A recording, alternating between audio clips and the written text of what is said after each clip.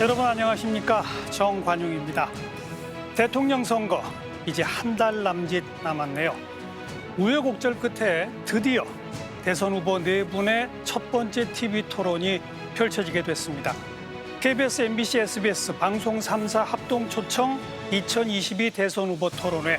지금부터 2시간 동안 펼쳐질 치열한 토론 지켜보시고 과연 누가 진짜 대통령감인지 한번 판단해 보시기 바랍니다.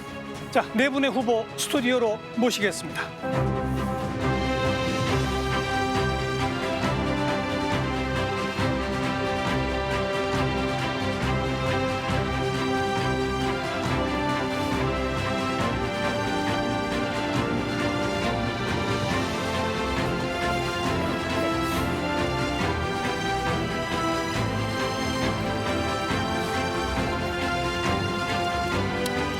네, 오늘 후보자들의 자리와 발언 순서 또 모든 토론 규칙은 사전 합의에 의한 것임을 미리 밝혀두고요. 네 분 후보분들 준비 많이 하셨죠? 네, 치열한 경쟁을 펼치고 있습니다만 함께 다 고생하시는 입장에서 서로를 쳐다보면 한번 박수 한번 치시면 어떨까요? 자, 30초짜리 짤막한 인사말 모두 발언으로 시작하겠습니다. 심상정 후보부터 시작하시죠.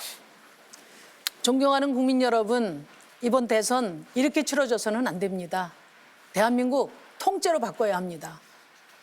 기후위기 불러온 200년 화성 문명, 극단적인 불평등 만든 70년 성장제일주의, 그리고 35년 양당 독점 체제 하에서 우리 시민들의 삶은 언제나 유보되어 왔습니다. 이제 경제 대통령 시대 끝내고 녹색 복지 대통령 나와야 합니다. 함께 용기 내 주십시오. 저 심상정 마지막 소명을 다하겠습니다. 네, 다음 이재명 후보. 국민 여러분, 경제도 어렵고 코로나19 때문에 고통이 너무 극심합니다. 국제관계도 어렵습니다. 남북관계도 다시 살얼음이 끼고 있습니다. 모두가 위기입니다. 이런 위기에는 위기를 기회로 만드는 유능한 리더가 필요합니다. 먹고 사는 문제가 가장 중요합니다. 민생과 경제를 챙길 유능한 경제 대통령이 꼭 필요합니다. 저에게 기회를 주십시오. 고맙습니다. 네, 다음 윤석열 후보. 국민 여러분 안녕하십니까? 이민년 새해 복 많이 받으십시오. 국민께서 저를 불러주시고 이끌어주시고 가르쳐주셔서 오늘 제가 여기까지 왔습니다. 여러분들 삶이 많이 팍팍하시죠? 그러나 이권으로 배불린 사람들은 많습니다. 사정기관도 사법기관도 온데간데 없습니다. 국민을 위해서 헌신하겠습니다. 감사합니다. 다음 안철수 후보. 안녕하십니까. 시청자 여러분, 새해 복 많이 받으십시오. 지금 세계는 빛의 속도로 바뀌고 있습니다. 이러한 변화에 대응하기 위해서는 국민을 통합하고 그리고 미래를 준비할 수 있는 대통령 후보가 필요합니다. 그런 후보가 바로 저 안철수라는 것을 오늘 토론회를 통해서 보여드리겠습니다. 고맙습니다. 네, 모두 발언 잘 들었습니다. 오늘의 토론은 두 번의 주제 토론 또 두 번의 주도권 토론으로 구성될 텐데요. 이제 첫 번째 주제 토론 시작하겠습니다. 첫 번째 주제 토론은 주제가 이 국민의 관심사가 가장 집중되어 있는 곳이죠. 바로 부동산 문제입니다. 제가 이 부동산 주제에 관한 공통 질문을 먼저 드리면 30초로 단답형으로 답변해 주시기 바랍니다. 순서상 이재명 후보가 먼저 답변하시게 되는데 이 공통 질문은 이따가도 또 하나 나오겠습니다만 사전에 후보분들께 고지를 안 드렸어요. 어떤 질문이 나갈지 궁금하시죠? 자, 부동산 관련 공통 질문 먼저 드리겠습니다. 만약 대통령이 되신다면 취임하자마자 가장 먼저 손볼 부동산 정책은 무엇입니까? 가장 먼저 손볼 부동산 정책 한 가지. 이재명 후보부터 30초입니다. 지금 우리 사회 부동산 문제로 우리 국민들께서 너무 고통을 많이 겪고 계십니다. 결국 수요와 공급이 적절하게 작동하는 시장에 의해서 주택 문제가 해결돼야 되는데 지나치게 공급을 억제한 측면이 있습니다. 대대적 공급 확대를 위한 정책이 제1순위가 될 것입니다. 국민들께서 내 집 마련의 꿈을 이룰 수 있도록 그리고 주택 시장이 안정화될 수 있도록 대대적인 공급 정책을 제일 먼저 시행하겠습니다. 네, 같은 질문에 윤석열 후보. 네, 내 집이든 전셋집이든 일단 집을 구하는데 걸림돌이 되는 제도들을 제거를 해야 될 것 같습니다. 그래서 먼저 대출 규제를 완화해서 집을 사는데 좀 대출을 받을 수 있게 하고, 그리고 지금 7월이면은 또 임대 기한이 만료돼서 전세가 상승이 예상되기 때문에 임대차 3법을 개정을 먼저 하겠습니다. 네, 이번에는 안철수 후보. 부동산 정책의 목표는 바로 주거 안정입니다. 그러기 위해서 주택 가격의 안정이 필요합니다. 그래서 제가 대통령이 되면 바로 많은 공급을 통해서 집이 없는 사람들이 자기 집을 가질 수 있도록 하겠습니다. 지금 현재 자가 보유율 61%인데 저는 임기 말까지 80%까지 올리도록 최선을 다하겠습니다. 네, 심상정 후보. 집값 안정이 가장 시급합니다. 그러기 위해서는 지금 집값이 최정점이고 집값을 하향 안정화시키겠다는 정치권 합의가 제일 우선돼야 할 것 같습니다. 무엇보다 땅과 집으로 돈을 버는 시대는 끝내겠다는 그런 합의를 이뤄내겠습니다. 그리고 공급 정책은 무엇보다도 44% 집 없는 서민들에게 우선적으로 정책의 중심에 두어져야 한다는 것을 또 정치권에서 합의 이끌어내겠습니다. 네, 이렇게 30초 짧은 답변에서도 후보들 간의 차이가 좀 드러나는데요. 이 주제를 놓고 토론하시면 됩니다. 토론 규칙은 한 후보당 5분씩 발언 총량제입니다. 그런데 한 번 발언할 때 1분을 넘지 않도록 해주세요. 1분짜리 타이머를 저희가 따로 준비하진 않았습니다만 제가 잔여 시간을 보면서 1분이 넘어가면 제지하도록 하겠습니다. 그리고 윤석열 후보가 첫 발언권을 갖게 되고요. 뭐 특정 후보를 지명해서 질문하시는 형식으로 서로 토론하시면 되고, 뭐 자기가 질문은 받지 않았습니다만 말할 게 있으신 분 손 드셔도 좋습니다. 손 드시면 제가 적절히 발언 순서를 안배해서 하도록 하고, 또 하나 혹시 본인의 시간은 많이 남았는데 시간이 얼마 안 남은 후보한테 질문하실 때 본인의 시간을 그분께 좀 드릴 수 있으면 양쪽이 합의하면 그런 방식으로도 제가 진행을 해보도록 하겠습니다. 자, 윤석열 후보부터 출발하시죠. 네. 민주당 정권의 그 부동산 반시장적인 부동산 정책으로 인해서 주택 가격이 수직 상승했고 젊은 층들이 영끌 매수를 해왔습니다.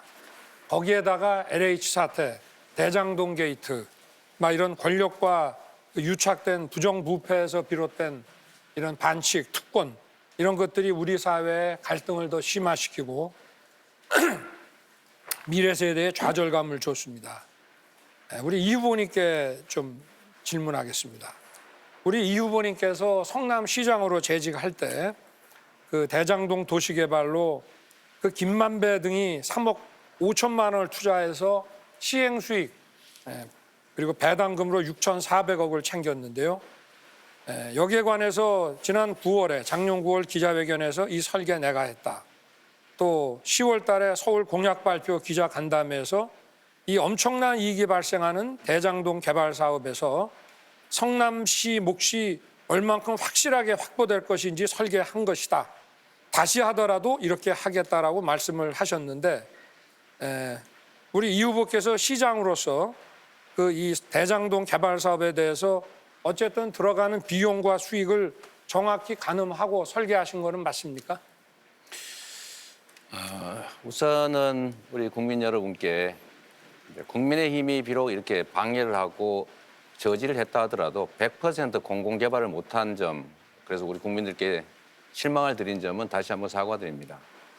네. 그리고 이 윤 후보님, 오늘 우리 국민들의 민생과 경제 정말 어렵습니다. 어려운데 지금 말씀하신 거 저번에 제가 일부러 국감 제가 자청해가지고 이틀 동안 정말 탈탈 털다시피 다 검증했던 사실이고 또 최근에 언론까지 다 검증했던 거예요. 검찰까지 다 수사하고 있는데 이런 얘기 다시 하시면서 시간 낭비하기보다는 가능하면 우리 국민들의 민생과 경제 얘기를 좀 많이 하시면 어떨까 싶습니다. 어렵게 만든 토론 자리지 않습니까?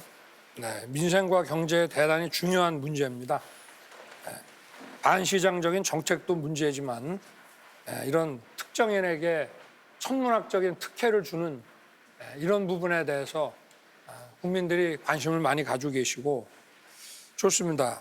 그 지난번 법정에서도 그 김만배 씨가 이 설계는 시장의 지시 방침에 따른 것이라고 이제 했는데요. 이런 개발 사업에서 어떤 특정인 또는 그 몇 사람에게 3억 5천만 원 투자한 사람에게 이 배당받을 수 있는 최상한선이 캡을 씌우지 않고 이렇게 설계를 했다는 것 자체가 이게 문제 있는 거 아닙니까? 이재명 후보 답하시고 안철수 후보 손 드셨으니까 발언 기회 네. 드릴게요. 그다음 심상정 후보. 네, 간단히 말씀을 한번 드리면 자, 부정부패는 그 업자를 중심으로 이익을 준 사람, 우리 윤 후보님 이익 주셨죠? 저 이익을 뺏었습니다. 공공환수를 5,800억까지 했고요. 국민의힘이 거기 이익을 주기 위해서 민간 개발하기 위해서 그렇게 난리를 쳤지 않습니까? 그 업자들이 이렇게 얘기를 해요. 이재명 시장 12년 동안 찔러봤더니 CR도 안 먹히더라.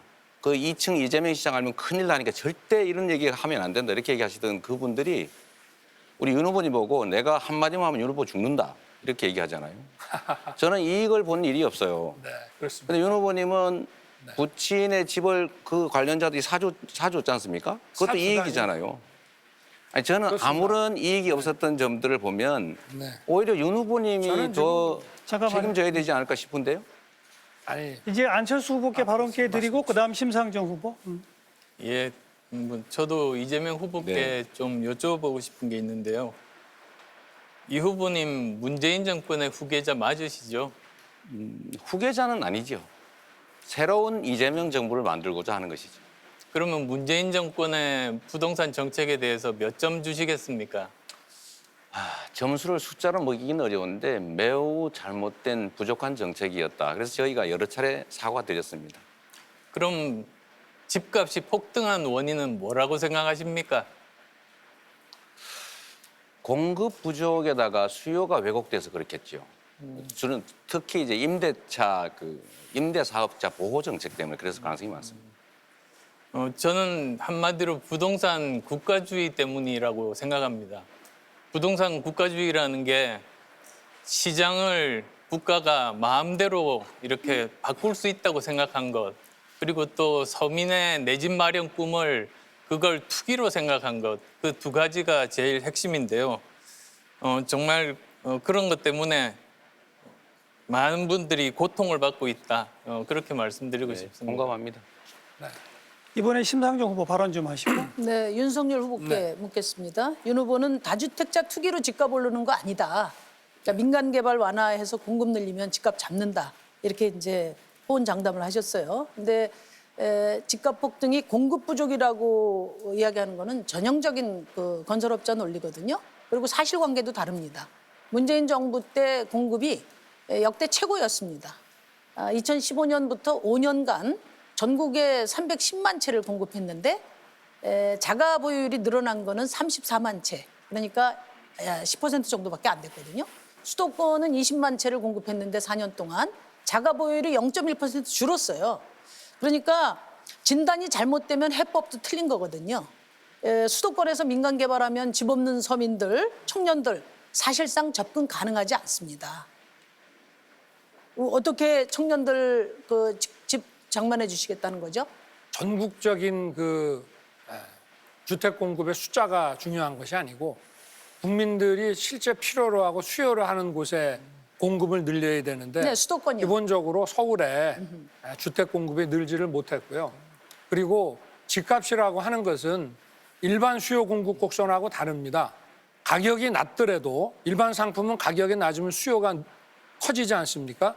집은 가격이 오를 것 같을 때 비싸도 수요가 늡니다. 그래서 정부가 계속적으로 주택을 공급한다는 그 신호를 시장에 보낼 때 주택 수요가 좀 진정이 되면서 가격이 안정이 되는 거다. 저는 이런 말씀을 드리고 싶습니다. 잠깐만요. 여러분이 손 드셨는데 제일 시간이 많이 남은 안철수 후보한테 먼저 발언 기회. 예, 저는 윤 후보께 질문 드리고 싶습니다. 그 여러 가지 발표한 공약을 살펴보니까 우리 2030 청년을 위해서 군필자에게 청약 가점 5점 부여한다고 공약하신 걸로 압니다. 맞습니까? 네. 혹시 윤 후보님께서 청약 점수 만점이 몇 점인지 아십니까? 40점으로 알고 있습니다. 예, 84점인데요. 84점에. 예. 근데 그 중에서 3인 가구가 받을 수 있는 최고 점수가 64점입니다. 그러니까 그것도 30대가 만점을 받으려면 20살이 되자마자 이 청약 저축을 하면 그때야 가능한 그 정도 점수인데요. 그럼 혹시 저 윤 후보님께서 작년에 서울 지역 청약 커트라인이 어느 정도인지 혹시 아시는지요? 글쎄 뭐 거의 만점에 거의 다 돼야 되지 예. 않겠습니까? 62.6점입니다, 사실.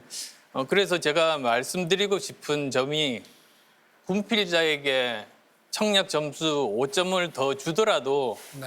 그 5점을 더 받아서 청약에 안 될 사람이 이렇게 당선되는 그런 경우는 거의 존재하지가 않는 겁니다. 그래서 사실 청약 가점 5점은 아무런 의미가 없다고 제가 말씀을 드리고 싶고요. 오히려 지금 저는 제 공약으로 따지면 세대별 쿼터제, 네. 그래서 청약 점수나 또는 가계나 이런 것들을 나이가 연세가 많으신 분들이 훨씬 더 유리한 지금 방식과는 달리 그 각 세대별로 쿼터를 정해서 하는 것이 그게 더 합리적이다.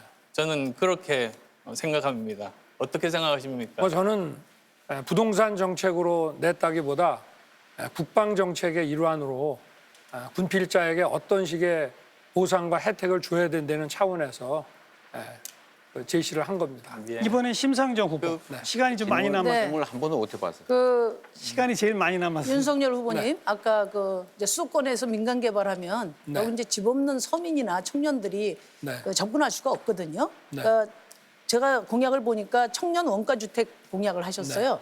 그래서 한 80% 원가를 한 장기 저리로 갚게 하겠다 이렇게 이야기를 하셨어요. 서울의 24평 아파트를 원가에 공급하면 아무리 못해도 한 6억은 되지 않겠습니까? 네. 그중에 80%면은 4억 8천인데 네. 이걸 20년 동안 이제 2%로 저리로 이렇게 원리금 상환하는 걸 제가 계산해 보니까 한 달에 250만 원 내야 돼요. 네. 이거 금수저 청년들만 해당되는 거 아니겠습니까? 아, 그리고 또 청년 하나, 원가, 네. 또 하나 이제 제가 아울러 말씀드리고 싶은 것은 윤 후보께서는 이제 종부세는 세금 폭탄이라서 이거 폐지하겠다 이렇게 말씀하셨어요. 네. 그런데 종부세 1주택자 경우에는 시가 25억이 연 50만 원 내거든요. 지금 이제 청년들이 4, 5평짜리 서울에 월세 살면서 6, 70만 원 냅니다. 그러니까 1년에 7, 800만 원 내는 거예요. 그런데 25억 사는 분이 50만 원 세금 내는 거를 폭탄이라고 이야기하니까 제가 다 부끄럽습니다. 우리가 이렇게 종부세 깎아주는데 혈안이 되는 게 아니라 진짜 청년들 그 6, 70만 원씩 이 월세 내는 거 어떻게 지원해 줄 건가? 이거 가지고 정치권이 머리 맞대야 되는 거 아닙니까? 어떻게 생각하세요? 네. 청년 원가 주택은 서울이 아니고 수도권에 광역 도시철도가 연계된 신도시를 중심으로 제가 말씀을 드렸고 그리고 어떻게 청년들이 가난한 청년들이 들어갈 수 있는지 말씀해 주세요. 그러니까 한 80%까지 청년들은 앞으로 돈을 계속 벌 거기 때문에 그러니까 한 달에 250만 원씩 내야 된다니까 아니 20년을. 수도권에 있는 그 신도시에 있는 집들은 서울하고는 좀 다르죠. 그리고 어찌 됐든 그 임대주택을 쓰지 않는 경우에는 집을 살 수 있는 그리고 그렇게 해서 자산 축적을 할 수 있는 기회를 줘야 되고요. 그리고 종부세는 그냥 폐지하는 것이 아니라 재산세와 두 개를 합쳐가지고 합당한 과세를 하겠다 이렇게 말씀을 드렸습니다. 그러니까 재산세는 그러니까 종부세는 이제 그거 가지고 어려운 지역에다가 네. 그 전액 지급해서 균형 발전을 도모하지 않습니까? 네. 그러니까 재산세하고 차이는 재산세는 강남에서 거둔 거는 강남에서 쓰는 거예요. 네. 근데 종부세는 강남에서 거둔 거 전라북도도 주고 전라남도도 주는 겁니다. 어떻게 균형 발전하시겠어요, 그러면? 균형 발전은 그것 말고도 쓸 수 있는 여러 예산들이 많죠. 그러나 집에 대해서 그렇게 두 가지, 세 가지의 과세를 한다는 것이 합당하지 않다 이 말씀입니다. 이재명 후보 발언권 네. 드릴게요. 네. 시간이 거의 없어진 것 같아서 제가 네. 이거 하나만 여쭤보겠습니다. 그 LTV 완화 말씀하셨죠? 네, 네. 얼마나 완화하셨어요? 제가 공약 발표할 때는 80%까지 청년 네. 원가 주택의 경우에는 90으로 지금 완화하셨죠. DSR은 어떻게 처리하실 생각이었습니까? 지금 DSR하고 DTI는 아직 제가 수치를 제시를 안 했고요. 공약에서는 LTV만 80%를 했습니다.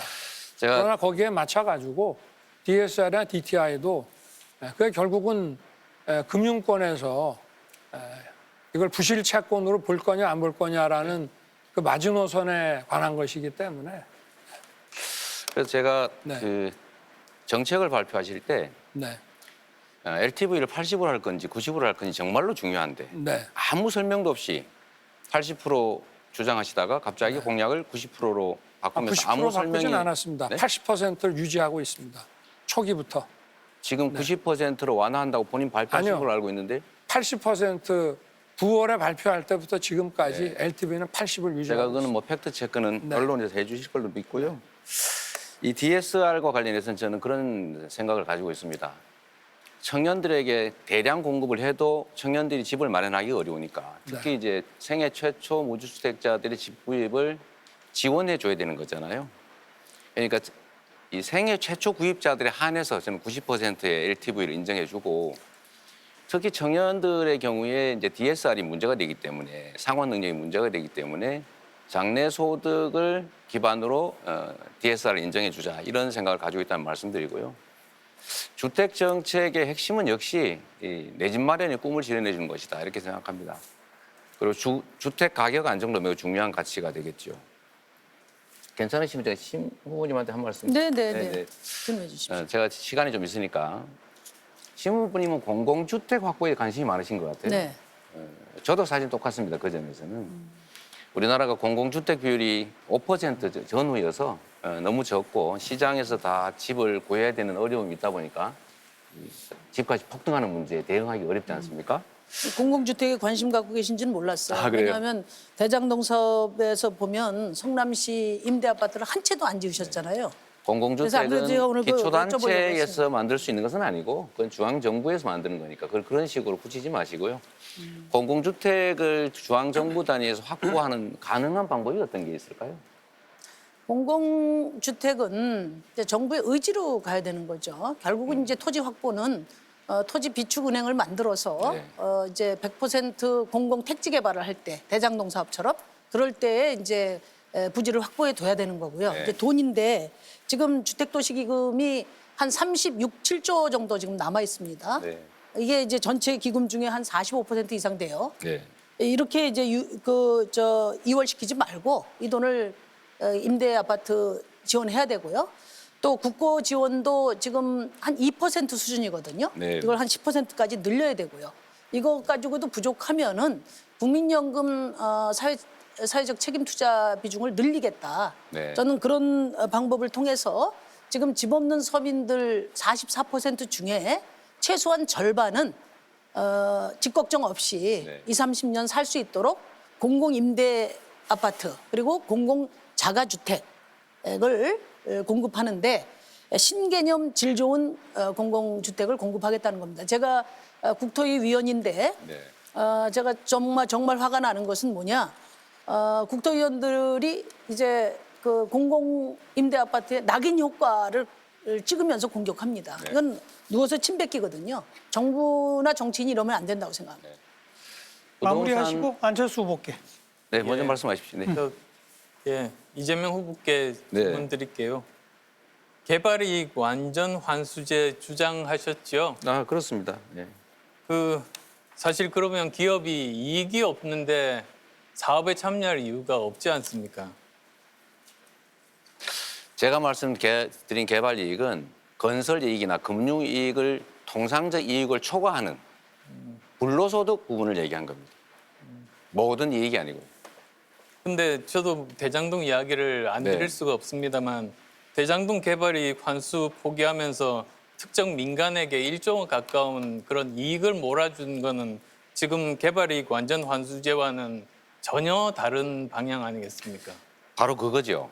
제도적으로 공공개발을 못하게 막아놨고 LH가 하고 있던 걸 포기시켰고 성남시가 공공개발하는 걸 막는 바람에 그렇게라도 해서 일부라도 환수하려고 했던 거죠. 그래서 이번에 개발이익 환수법을 제정하자고 했더니 국민의힘에서 막고 있어요. 그래서 제가 우리 윤석열 후보님께 이 자리에서 국민의힘이 막아서 못 만들고 있는 개발이익 환수법 좀 찬성하시고 입법하라고 한번 말씀해 주시면 좋을 것 같습니다. 그리고 하나만 더 좀 여쭤보고 싶은 게 이런 막대한 특혜 이익이 사실은 성남 시민들 돈 아니겠습니까? 그러면 전부 환수해서 성남 시민에게 돌려줘야 된다고 생각하는데 그렇습니다. 어떻게 생각하십니까? 제가 성남시장 경기도지사를 하면서 가장 중요하게 여긴 것이 인허가권 행사를 통해서 생기는 불로소득은 시민들의 것이어야 한다. 그걸 전 나름대로 실천해 왔지요. 그런데 대장동도 저희가 공공개발로 100% 환수하려고 했는데 당시에 법령상 할 수 있는 방법이 없어서 결국은 조례를 만들어서 하려고 했더니 국민의힘에서 극렬하게 4년 동안 막아가지고 좀 포기할 상태였습니다. 그럴 때 제가 선택할 수 있는 것은 허가를 해주거나 그냥 100% 민간이 갖게 하거나 아니면 밀어두는 건데 그렇게 되면은 한 푼도 환수 못하는 상황이 발생하기 때문에 최대치로 환수해서 제가 70%를 환수했고요. 추가로 1,100억 더 환수했다. 자, 시간이 다 됐습니다. 지금 안철수 후보가 시간이 가장 많이 남아서 계속 발언권을 드릴 텐데 혹시 시간이 부족한 후보에게 꼭 질문하시게 되면 안철수 후보의 시간을 조금 할애해 주셔도 됩니다. 그것까지 저한테 지금 의사를 밝혀주시고요. 예, 뭐 질문이 간단하니까 괜찮습니다. 예. 그러면 저 윤 후보께 질문 좀 드리겠습니다. 지금 사실 이번 문 대통령 정권에서 정책 참모들이 정책 실패에도 불구하고 사실상 굉장히 많은 이득을 얻었지 않습니까? 그렇습니다.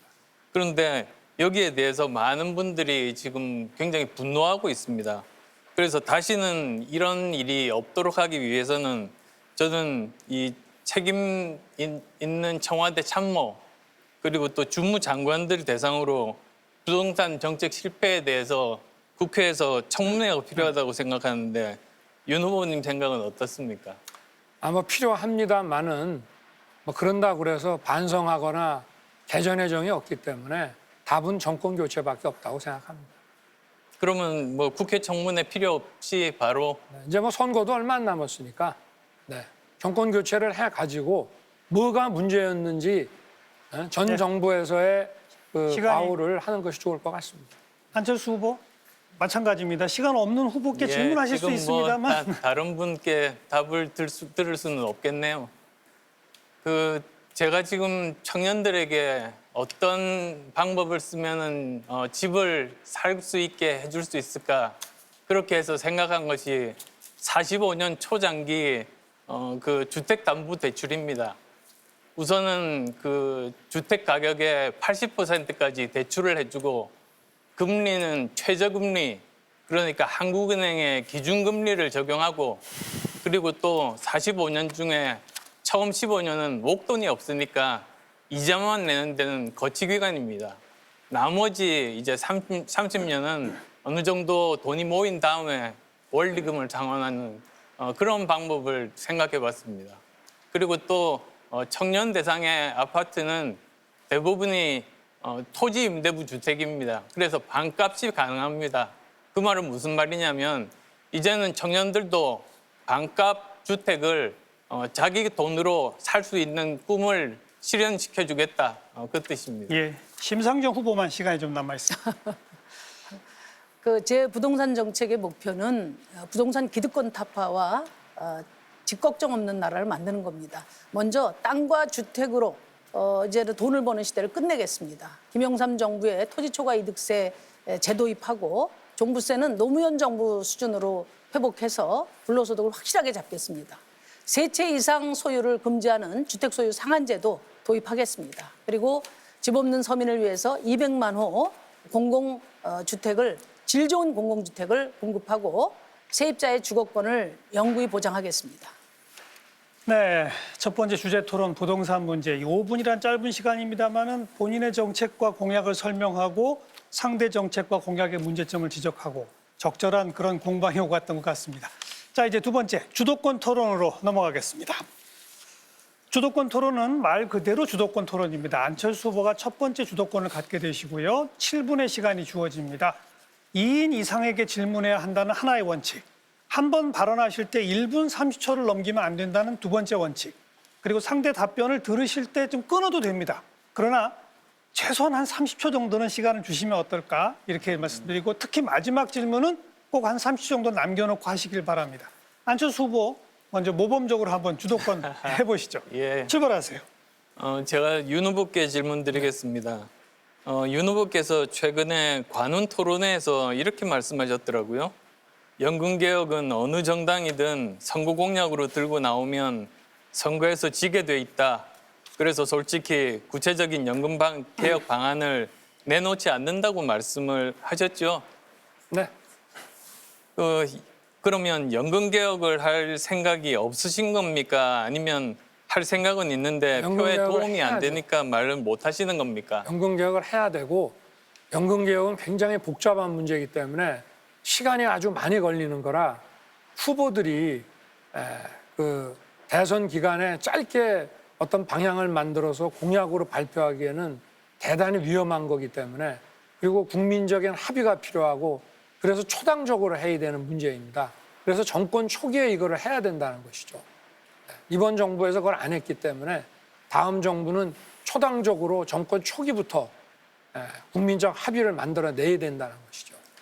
그런데 지금 현 정부인 문재인 대통령이 바로 지금 윤 후보님과 같은 이야기를 했습니다. 네. 그래서 결국은 5년 허송세월한 거 아니겠습니까? 그러니까 연금 개혁을 하시겠다니까 다시 좀 여쭙고 싶습니다만 3대 직역연금이 있는 건 아실 겁니다. 그렇습니다. 공무원 연금, 군인 연금, 사학 연금 이렇게 있는데요. 2025년이 되면 적자가 어느 정도 되는지 혹시 아시는지요? 글쎄 그 3대 직역연금은 벌써부터 국가 재정이 투입되고 있는 걸로 알고 있습니다. 예. 2025년이니까 네. 이제 앞으로 3년 정도 후인데 네. 11조 원 정도가 적자가 나고 네. 그걸 전부 100% 국민 세금으로 메워주게 그렇게 되어 있습니다. 그런데 그러면 지금 3대 직역연금을 국민연금과 통합하자 이제 그런 안이 있습니다. 어떻게 생각하십니까? 지금 뭐 국민연금도 점점 부실화돼 가고는 있습니다만은 부실 정도가 지금 특수직역연금의 부실 정도가 더 심하기 때문에 통합을 했을 때는 또 국민연금의 부실이 또 가속화되니까 조금 더 검토를 해야 될 문제인 것 같습니다. 네. 그리고 공무원 연금이라고 하는 것은 과거에는 워낙 월급을 조금 줬기 때문에 그 어떤 퇴직 후의 보상이라는 차원에서 공무원 연금이 생겼는데 그게 중간에 공무원 봉급이 올라가면서 그 연금 제도를 개혁하지 못해가지고 지금 여기까지 이르러서 이 부분을 지금 지금 우리 대선 후보들도 연금 제도를 어떻게 하겠다고 말씀을 못 하고 계시지 않습니까? 저는 구체적으로 공약을 했습니다. 그리고 제가 수직역은 어떻게 공약했던 하실 것 생각이십니까? 자체는 네. 일본과 같은 제도입니다. 일본이 2015년부터 네. 동일 연금 개혁을 했습니다. 그래서 자기가 그 근무하는 기간 그리고 또 그동안에 낸 액수에 따라서 공무원이든 또는 회사원이든 이렇게 리타이어하고 나서는 똑같은 기준을 적용하는 겁니다. 네.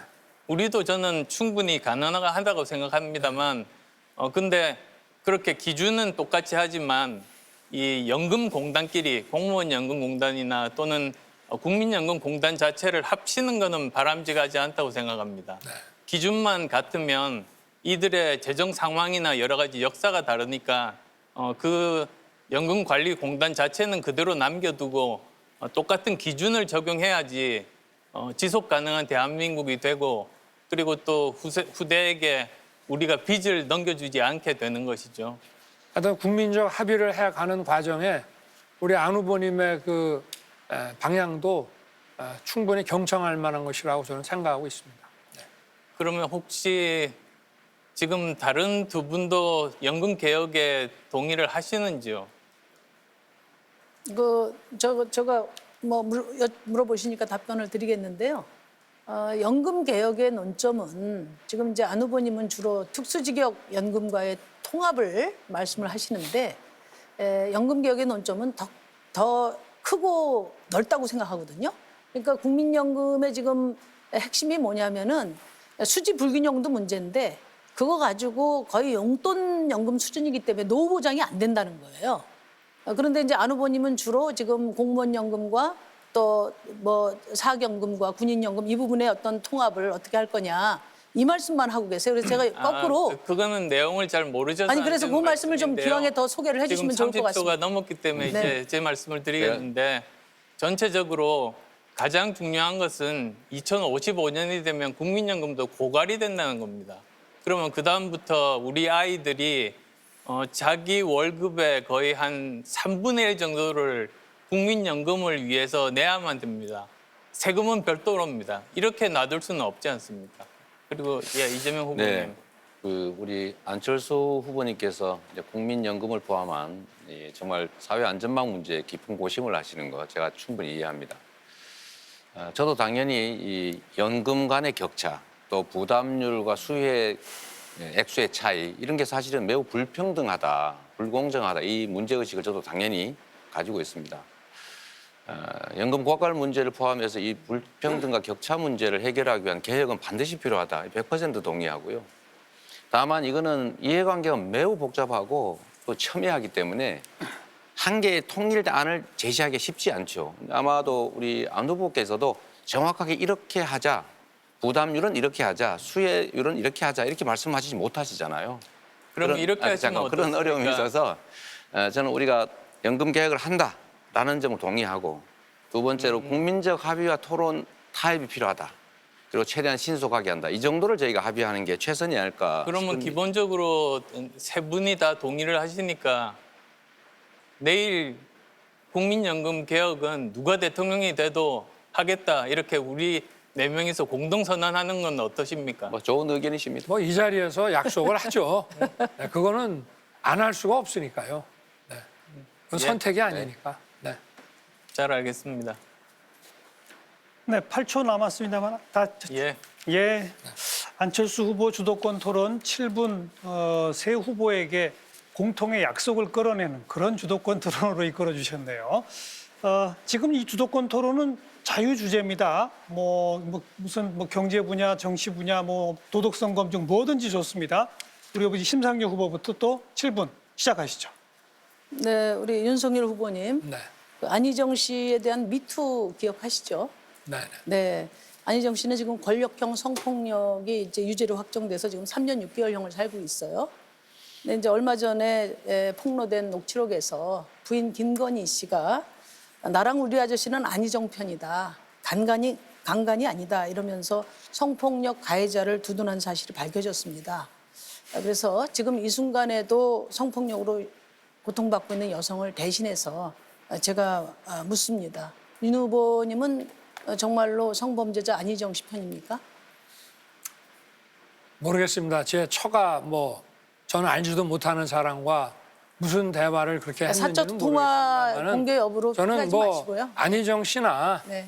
또 오거돈 씨나 박원순 씨나 다 권력을 이용한 그런 성범죄라고 저는 생각하고 있습니다. 네, 그러시다면은 네.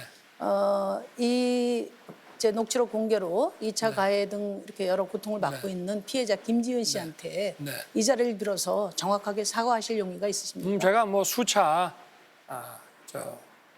그것뿐만이 아니라 그러니까 이 자리에서 네. 김지은 씨한테 네. 정확하게 사과하실 용의가 있으세요? 이거 사과하겠습니다. 네, 제가. 해보시죠. 그렇게 저 마음의 상처를 받으셨다면 제가 그런 말을 한 건 아니지만 하여튼 그런 거로 인해서 상처를 받으신 분에 대해서는 김지은 씨를 포함해서 모든 분들에게 하여튼 공인의 안에도 공적인 위치에 있으니까 제가 사과를 드리겠습니다. 네. 하여튼 오늘 사과하신 것이 진심이라면은 그 청년들 성별 갈라치기 하는 이런 정치에도 변화가 있기를 바랍니다. 갈라치기는 우리 민주당에서 오지 않았습니까? 이재명 후보님, 네. 제가 같은 질문 좀 드리겠는데 최근에 김지은 씨 글을 봤어요, 제가. 네. 그랬는데 성폭력 가해자를 돕거나 2차 가해를 한 사람들이 청와대나 정부에서 영전돼서 일을 하고 있다는 거예요. 지금요? 예, 그리고 이재명 후보님 선대본에서도 일을 하고 있다. 그게 사실이라면 후보님 이건 아니지 않습니까? 물론 알고 그렇습니다. 계십니까? 네, 그런데 구체적으로 누구를 왜 그렇게 말씀하신지는 전혀 이해가 안 되고 있습니다. 네, 그러면은 사실관계를 정확하게 파악하셔서 저는 당연히 그러니까 이것도 폭력도 예를 들면 물리적 폭력, 뭐 권력에 의한 폭력, 금력에 의한 폭력이 있는데 어쨌든 권력 관계를 이용한 성폭력이라면 당연히 책임져야 되고요. 비호하면 안 되고 책임 물어야 되고 당연히 주요 공직이 안 하는 게 맞다고 보는데 이제 갑자기 그러니까 일단 뭐 네. 지금 뭐 답변을 말씀드리는 네, 달라는 네. 게 아니고 네, 네. 정확하게 파악을 하셔서 그 결과를 알리고 상응한 네, 네. 조치가 필요할 것 같습니다. 그래야 되죠. 네. 나중에 성폭력 좀 알려드리죠. 피해자들은 그 단절과 2차 가해 속에서 정말 고통스럽게 살고 있거든요. 어떤 경우에는 100가지 그 성폭력 대안보다도 정치 지도자의 태도가 훨씬 더 중요합니다. 지금 미투가 몇 년째 진행되고 네. 있는데 이제 우리 사회도 한 단계 이제 그 상승을 해야 됩니다. 네, 동의합니다. 예, 예. 우리 이재명 후보께 이어서 질문 드리겠는데요. 지금 유동규, 김만배 씨가 지금 재판 중 아닙니까? 네, 그렇습니다. 이 두 사람의 배임 혐의가 네. 유죄라고 보세요? 무죄라고 보세요? 일단 검찰이 기소했으니까 뭐 혐의가 있겠죠. 혐의가 있겠지만 어쨌든 아까도 말씀드렸는데 그 유동규와 이 김만배 이 사람들이 자기들끼리 한 녹음에 2층 이재명 알면 큰일 난다. 절대 비밀로 해라. 이런 녹음도 있고요. 아니, 그건 이제 제가 네. 조금 이따 네, 그런 점 가지고 여쭤보고요. 그냥 연결시키려고 안 그러니까 하시면 좋을 것 배임 혐의가 유죄라고 보시는 건가요? 같아요. 저는 모르겠습니다. 구체적인 근데 세부 상황. 이 문제에 대해서 여러 차례 말씀을 하신 적이 있거든요. 뭐냐면은 당시에는 초과 수익 조항을 넣지 네. 않고 네. 공사이익을 확정한 게 최선이었다. 네, 그런 그렇습니다. 말씀을 여러 차례 하셨어요. 그렇다면은 지금 김만배 씨가 그 이야기하고 있는 것처럼 시장 지침이라서 우리 배임 아니다. 그 얘기하고 맥락이 같은 거 아닌가요? 정확하게 아까도 제가 말씀드렸는데 이거 청문회 때 다 아니 그러니까 요거는 지금 잠깐만요. 재판 중이니까 제가 말씀을 해보세요. 저한테 발언할 시간을 주시면 네네, 좋겠습니다. 네. 네. 또 말씀하세요. 저의 첫째는 이거 국정감사에서 수없이 얘기된 똑같은 얘기가 다시 반복된다는 사실이 매우 안타깝다. 두 번째는 제가 국민 여러분께 다시 말씀드립니다만 누가 방해를 했더라도 공직자로서 다른 단체장들이 하지 않는 일을 저는 했습니다. 해서 그래도 다른 데는 공흥지구 뭐 이런 데 그냥 허가해줘서 이익 다 보셨잖아요. 부산 LCT 1조 원 다 업자가 가졌는데 그래도 저는 이걸 확보하려고 정말 발버둥을 쳤고 우리 시민들한테 이익을 돌려주려고 했는데 제가 생각을 해보니까 경험상으로 이익을 비율로 정하면 비용을 부풀리거나 장난을 치는 사례가 워낙 많아서 무조건 6천억 정도의 이익이 발생한다고 하는데 최대로 확보하려고 해서 처음에 4,400억을 즉 70%를 확보했고요. 두 번째는 저희가 추가로 1,100억을 부담시켜서 후보님 제가 계속 여쭤볼 거니까요. 이어서 말씀해 네, 주시면 네. 될 것 같고 지금은 국민들이 네. 궁금해하는 걸 제가 묻고 있습니다. 그래서 원래 그렇게 말씀하신 바에 따르면은 사실은 이제 김만배 씨가 이제 앞으로 가져갈 돈까지 포함해서 네. 1조 원 이상 가져가는 게 정당한 거고 유동규 김만배 씨는 지금 억울하게 감옥 가 있는 꼴이 되는 거거든요. 그러니까 저는 제가 묻는 것은 뭐냐 그 정영학 회계사가 화천대유에게 유리한 것을 성남공사에 지침으로 관철시켰다 이렇게 이제 자백을 했단 말이에요. 그리고 김만배, 유동규 씨가 뇌물수수 관계고 그렇다면은 후보님이 그동안에 주장하셨던 거 주장이 네. 뭐 여전히 유효한지 제가 그걸 묻는 겁니다. 네. 명백한 진실은 다른 단체장들은 그냥 허가해줘서 100% 개발 이익 민간이 다 가지게 한 게 이 대한민국 정부 수립일의 관행이었는데 이재명이 처음으로 공공개발을 해서 개발 이익을 시민에게 돌려주려고 했고 그걸 국민의힘에서 그렇게 막아가지고 결국은 우리가 저 후보님, 최대로 잠깐 저 제가 지금 시간이 없어가지고 다 아니, 끝났습니다. 30초 아니 시간이 지금 다 끝났어요. 그래서 제가 말씀드리는 건 이게 이겁니다. 맞으셔도 말씀드릴게요. 아니 제가 말씀드릴게요. 환수하려고 최대로 잠깐만요. 노력했다. 주도권은 심상정 제가 후보에게 있습니다. 주도권이거든요. 그러니까 지금 이 사건이 굉장히 단순하거든요. 네. 이재명 후보가 투기 세력과 결탁한 공범이냐 아니면 활용당한 무능이냐 둘 중에 하나예요. 이 딜레마를 이재명 후보께서 분명하게 해명을 하셔야 되는 겁니다. 자, 그걸 제가 주문 드리는 거예요. 바로 이어서 이재명 후보의 주도권 토론이니까 본인의 7분 시간의 앞부분 이걸 할애하셔도 될 것 같습니다.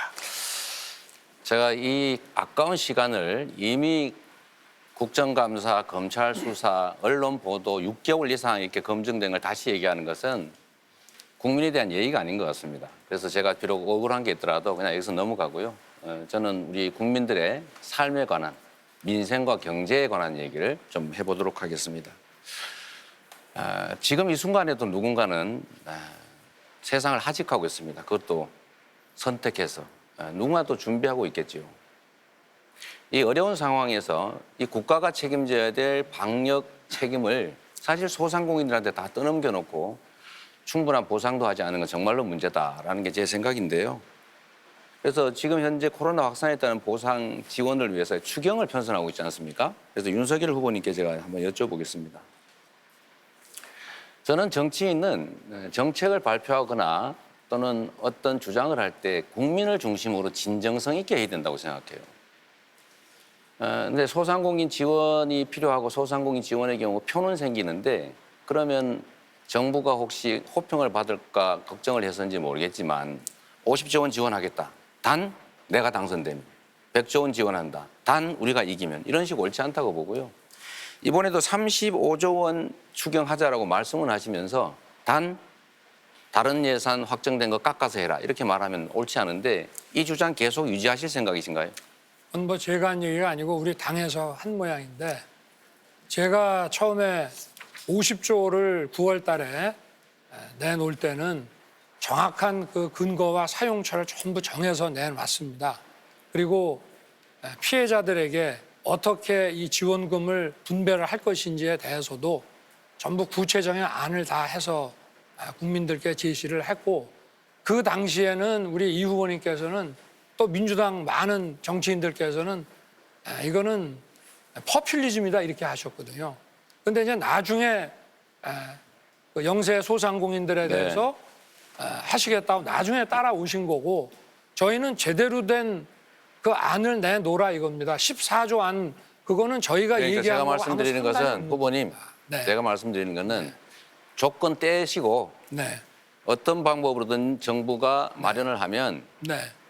나머지는 우리가 취임한 이 중에 누군가가 될 테니 네. 책임을 질 테니까 35조 원 조건 달지 말고 네. 국채 발행 확대해서라도 해달라고 하실 용이 있으십니까? 아니 그 돈을 어디에 어떻게 쓸 건지를 정해놔야 국채를 발행하던 초과 세수를 쓰던 지출 조정을 하던 하는 것이지 자, 후보님. 어디에다가 쓰지도 않고 35조라는 돈만 가지고 이렇게 정해놓으면 안 되죠. 저는 후보님, 그 말씀은 14조라는 것 자체도 용처가 잘못됐다 이런 말씀이거든요. 후보님 지금 말씀은 논리적 모순이 있는데요. 네.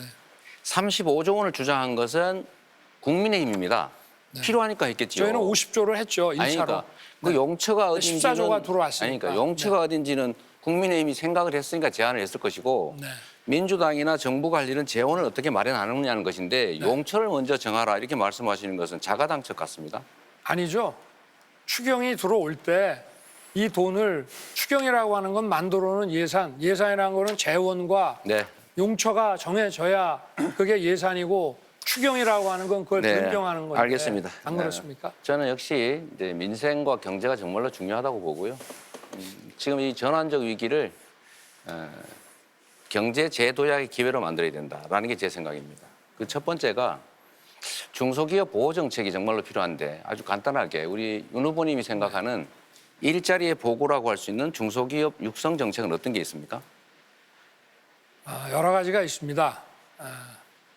일단은 중소기업을 지금까지는 너무 넓게 지원을 했는데 가급적이면은 기술 경쟁력이 있는데 좀 집중적으로 지원하는 그렇게 해서 키우는 방향이 재원은 그런 데 써야 된다는 것이 있고 그다음에 공정한 거래 관행을 보장을 해서 중소기업이 좀 숨 쉴 수 있는 여지를 만들어줘야 네, 된다. 뭐 이런 좋습니다. 것들이죠. 네. 한 가지만 더 여쭤보겠습니다. 미래 산업의 핵심은 재생에너지고 재생에너지의 중심은 수소가 될 것인데 탈탄소, 수소 경제가 되겠죠. 이 중에 소위 그린 수소, 블루 수소, 그레이 수소라고 하는 이 새로운 영역의 산업들이 생겨나고 있어요. 분리수소 생산 산업과 관련된 혹시 어떤 비전이나 아니면 뭐 생각을 가지고 계시면 잠깐 말씀을 해주시죠. 글쎄 저는 미래 산업의 핵심이 재생에너지는 그중에 조그만한 하나이지 미래 산업의 핵심은 전 거기에 있지 않다고 봅니다. 미래 산업의 핵심은 데이터, AI 이런 수소 클라우드 산업 얘기를 한번 컴퓨팅 이런 해주시죠. 것이고 그리고 바이오 이런 거지 수소 재생에너지를 그것도 물론 우리가 탄소 중립 2050을 실현하기 위해서 신재생도 저희가 투자를 해야 되는 거지만 네, 알겠습니다. 굳이 뭐 이게 네, 네. 분리수소는 사실 이제 이 화석연료 분해에서 나오는 수소를 만들 때 네. 탄소를 포집하는 기술을 말하는 건데요. 그렇습니다. 한번 참고하시고요. 네. 제가 우리 안철수 후보님께 한번 여쭤보겠습니다. 사실 미래 산업의 핵심은 과학 기술이 되겠죠. 저는 우리 후보님의 과학 기술 강국, 첨단 전략 기술 확보, 기술 주권 국가, 초격차 확보 이런 거 정말 중요한 의지라고 생각해요. 근데 결국 우리는 미래 산업으로 재생에너지로 디지털 전환으로 가야 되는데 그 핵심은 첫째는 저는 인프라 구축에 있다. 두 번째로는 교육 혁신, 인재 양성을 위한 교육 혁신이 있다고 보고 세 번째가 기초과학, 첨단 과학기술 투자에 있다고 봅니다. 우리 후보님께서는 과학기술 분야에 워낙 관심도 많으시고 하니까 이 점에 대해서 제가 남은 시간은 우리 후보님께서 과학기술을 통한 경제 성장 정책을 어떻게 만들지 한번 말씀해 주시면 좋겠습니다. 제가 5호 경제 성장 정책을 발표를 했습니다. 네. 그것이 5개 분야의 세계 1위의 경제 과학 기술을 개발을 하면 5개의 삼성전자급의 회사를 만들 수 있고 그렇게 되면 우리는 세계 5대 경제 강국 안에 들 수 있다. 네. 그리고 그 각 분야에 대해서도 지금 여러 가지로 발표한 바가 있습니다. 네, 알겠습니다. 네, 다음 이제 윤석열 후보 역시 7분 주도권 토론 시작하시죠. 아까 뭐 이 후보님께서 성남시장으로 계실 때 그 대장동 개발 사업 얘기를 하니까 자꾸 국민의힘 얘기를 하시던데 뭐 국민의힘 의원이 그 대장동 그 사업을 기획하고 뭐 개발 진행한 건 아니지 않습니까? 그러니까 여기에 대해서 입장을 명확하게 좀 말씀을 해 주셨으면 합니다. 많은 국민들이 궁금해하고 있습니다. 네, 그래서 제가 말씀을 질문을 할게요. 지금 이제 그 작년 10월에 그 얘기하신 거 보면 엄청난 이익이 발생하는 대장동 개발 사업에서 성남시 몫을 얼만큼 확보하느냐 이게 문제다. 그래서 내가 거기에 맞춰서 설계를 했다. 그러면 시장으로서 당연히 그 개발 사업의 그 비용과 수익은 정확히 인식을 하셨을 것이고 그리고 개발 사업이라고 하는 거는 아파트만 짓는 것이 아니라 도로도 만들고 터널도 뚫고 공원도 만들고 다 이렇게 하는 겁니다. 그래서 그 주거 공간을 이제 활용하기 좋게 만드는 것인데 그런 거를 만들었다고 해서 우리가 그 이익을 환수했다라고 얘기하지는 않습니다. 그거는 이제 다 도시 기반 사업을 도시 기반 조성을 전부 하고 그리고 이제 뭐 현금이 남았다고 할 때 그걸 어떻게 배당하느냐에 이제 문제가 남은 거지. 아예 터널 뚫고 뭐 도로 만들고 공원 생겼다고 그거를 시가 아니 그럼 모든 개발 사업은 다 환수를 네. 하게요? 그러니까 그런 말씀은 제가 보기에는 저도 말씀드릴 상식에 기회를 좀 거슬리는 얘기니까 좀 안 맞는 것 같고 1분 제가 이거를 30초 저도 여쭤보겠습니다. 말씀드릴 기회를 네. 주십시오. 제가 규칙은 지키는 질문을 게 해야 되지 않겠습니까? 근데 1분 30초가 넘어갔기 때문에 네네. 잠깐 저한테도 발언 기회 그러십시오. 줬다가 또 네네. 토론도 그렇고 국가 경영에서도 규칙은 정말로 중요한 것입니다. 일방적인 주장을 하라는 게 아니고 이제 저한테도 기회를 주시는 게 맞을 것 같고요. 네네. 간단히 말씀을 드리면 저희는 사업구역 내외 확보한 이익은 5,500억이 훨씬 넘고요. 6천억쯤 되고 그거 말고 안 해도 되는데 본시가지 있는 공원 만드는 거 그 사업과 관계없는 데에서 추가로 확보한 게 5,800억이다 이 말씀이고요. 그만큼 제가 자, 두 주도권이니까 번째로 그렇게 이거 하겠습니다. 아까도 말씀드렸지만 네. 국민의힘이 막아가지고 막지 않았으면 성남시가 100% 공공개발을 했을 건데 네. 국힘이 LH한테 제가 포기시키고 끊으셔도 성남시 막고 네. 했잖아요. 주도권 갖고 계시니까 네네. 끊으셔도 돼요. 네. 아니 뭐 국민의힘이 막을 것도 없고 시장이 한 건데 뭐 국민의힘이 어떻게 막으며 그리고 네. 그 저기 뭐야 이걸 한번 여쭤볼게요. 본인은 이제 김만배나 유동규가 이제 기소가 됐는데 그 기소된 배임 범죄 사실은 나하고 관계없이 자기들이 한 거다. 왜냐하면 거기에다가 뭐 조단이 이익을 줬으니까. 그런데 그렇게 이제 나하고는 관계 없다고 얘기를 하시면서 또 내가 이익을 다 따져봐갖고 설계를 했다고도 하시고 또 한편으로 이런 얘기를 하십니다. 그분들한테 그렇게 많은 이익을 줄 수밖에 없었던 거는 굉장히 리스크가 큰 사업이었다. 그래서 손해볼 수가 있었기 때문이다라고 하는데 손해를 그분들이 봐봐야 투자금 3억 5천밖에 더 봅니까? 그리고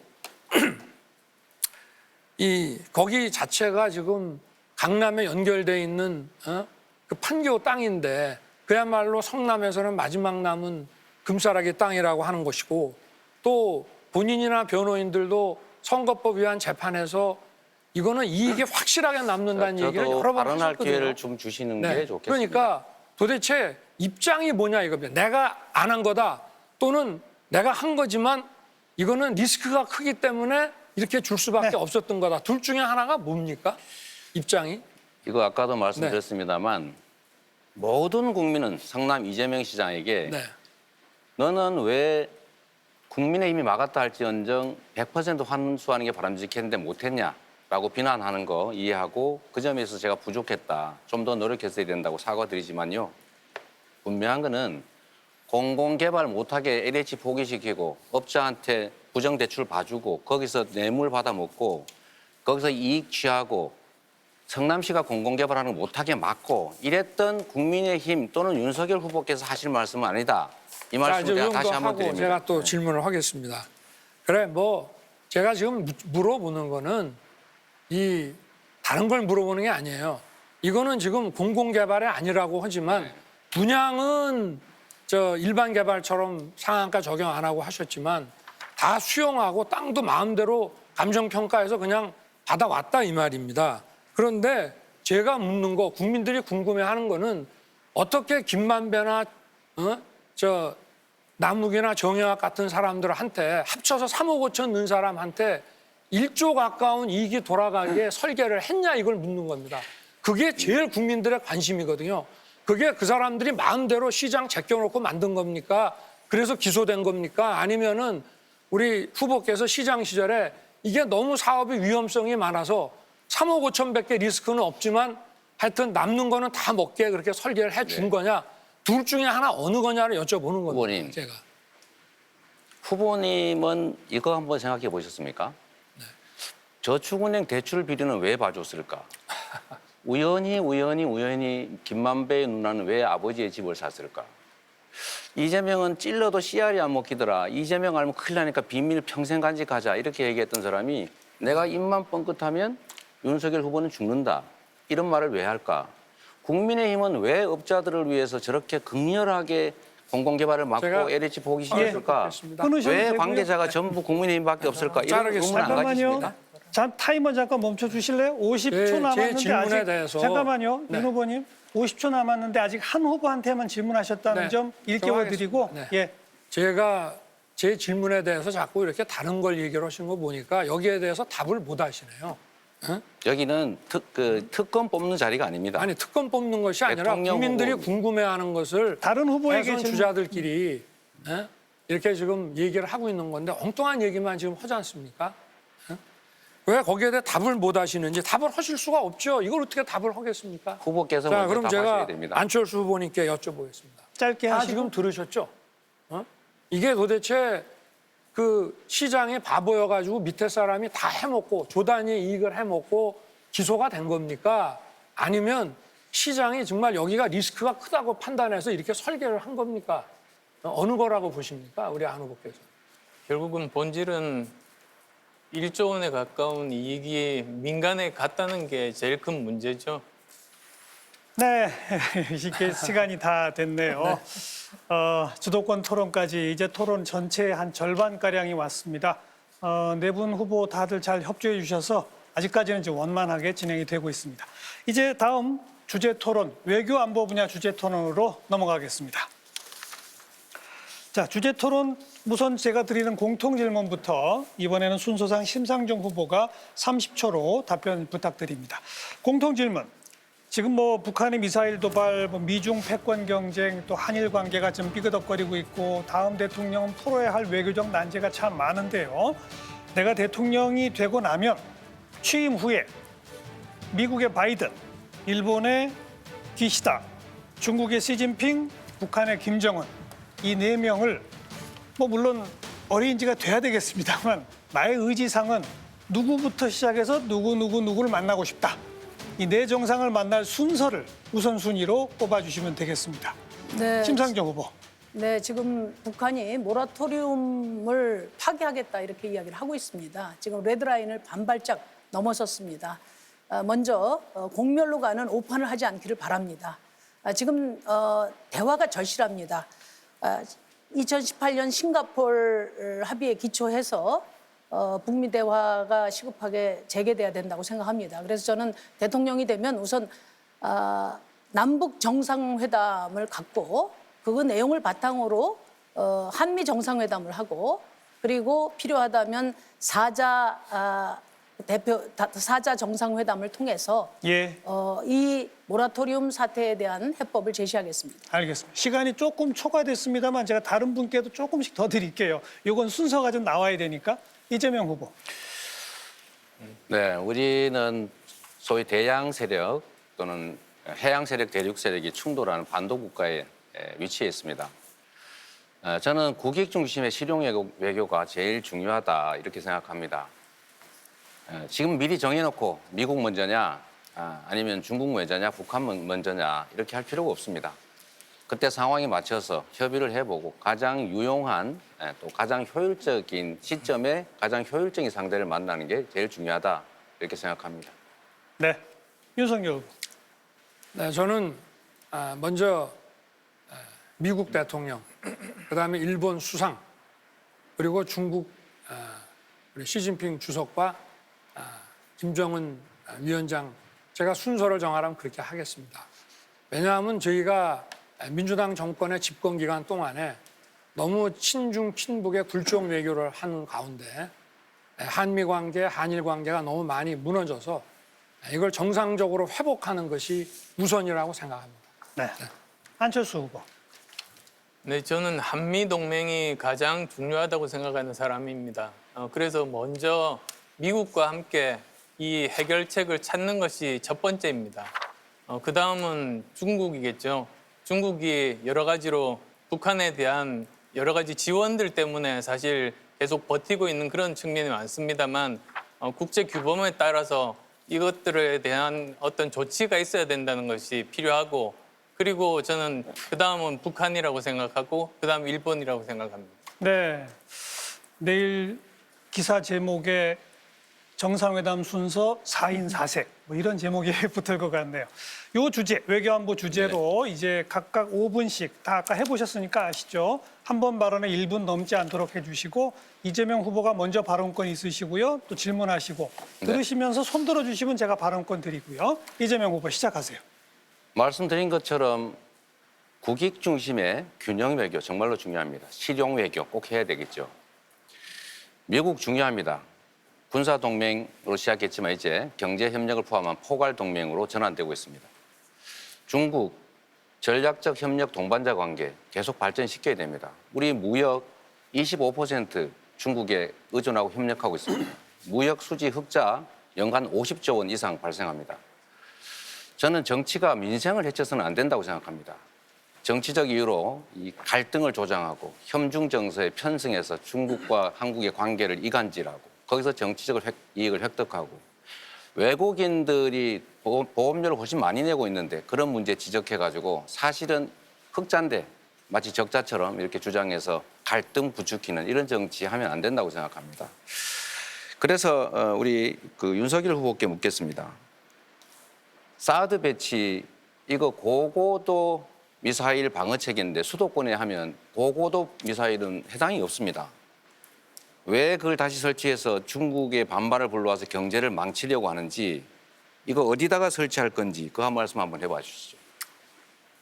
사드에 대해서 조금 더 알아보셔야 될 것 같은데요. 거기에 대해서 얘기가 없다가 오늘 롱샘이라고 하는 어느 정도 중고도를 요격하는 저 시스템을 개발해야 된다고 말씀을 하셨는데 그 롱샘이라고 하는 거는 40에서 한 60km 고도고 사드는 40에서 150km 고도인데 북한에서 수도권을 겨냥할 경우에는 고각 발사를 하는 경우가 많기 때문에 당연히 수도권에 필요합니다. 그러나 이 요격 장소는 꼭 수도권이 아니어도 뭐 강원도든 뭐 충청도든 아니면 뭐 경상도지만 조금 더 땡겨 오든 그건 뭐 제가 볼 때는 위치는 군사적으로 정해야 될 문제라고 저는 생각합니다. 브룩스 조금 하시고. 네, 브룩스 전 주한미군 사령관도 추가 사드 필요 없다 이렇게 말을 했는데 왜 그 말씀을 계속해서 그거는 제가 보기에 잘못 알고 이거 계십니다. 안보 불안을 조성해가지고 표 얻으려고 경제 망친다는 지적이 있는데 어떻게 생각하세요? 안보가 튼튼해야 주가도 유지가 되고 이 대한민국의 이 소위 말하는 어떤 국가 리스크라는 것이 이제 주는 거고요. 그리고 그 주한 전 그 브룩 사령관의 얘기는 이 사드 성주에 있는 사드를 우리 페이트리엇이라든가 이런 그 저층 방어 시스템하고 연계를 했을 때 더 효과적이라고 한 것이지 그분이 사드 추가 배치가 필요 없다는 얘기를 한 사실이 없습니다. 안철수 후보, 그다음 심상정 후보에게도 안철수 후보부터. 예, 이재명 후보께 네. 먼저 질문드리겠습니다. 그동안 발언하신 걸 보면 반미 친중 노선으로 보이는데 맞습니까? 아까 말씀드렸던 것처럼 전혀 사실이 아닙니다. 그럼 한미 관계 매우 동맹에 중요하고 대해서 네. 어떻게 생각하십니까? 한미 동맹은 아까 말씀드렸던 것처럼 유일한 안보 동맹이기 때문에 이제 고도화하고 발전해야 된다. 그리고 지금 최근에 문재인 대통령과 이제 미국 대통령이 합의한 것처럼 포괄 동맹으로 전환돼야 된다 이렇게 생각하죠.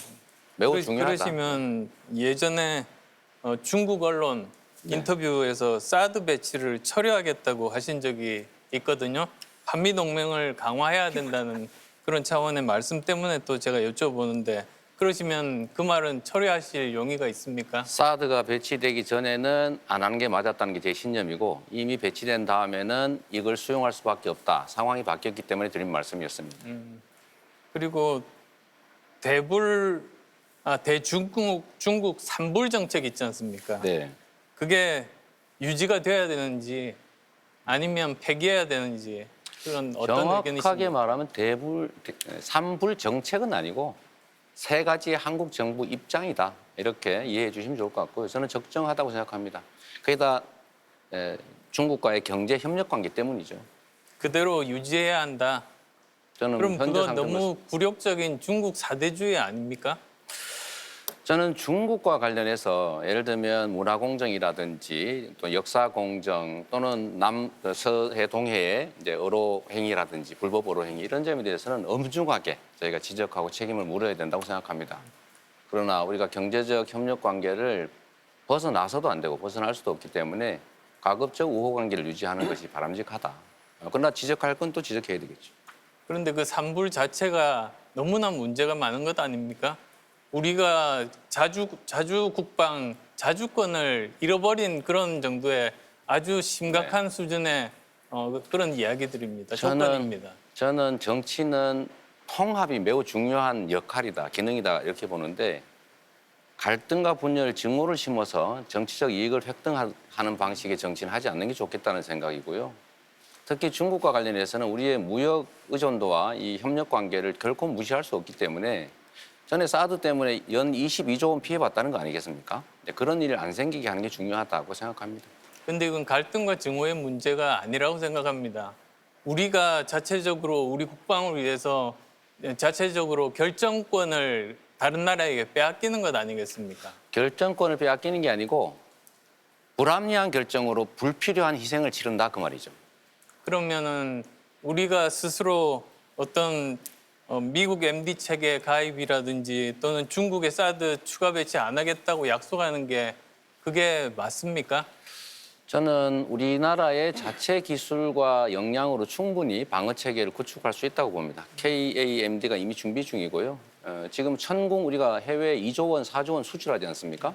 우리의 방어 체제도 충분히 유용하기 때문에 굳이 중국이 반발하는 또 미국이 원할지도 혹시 모르지만 지금은 아닌 것 같은데요.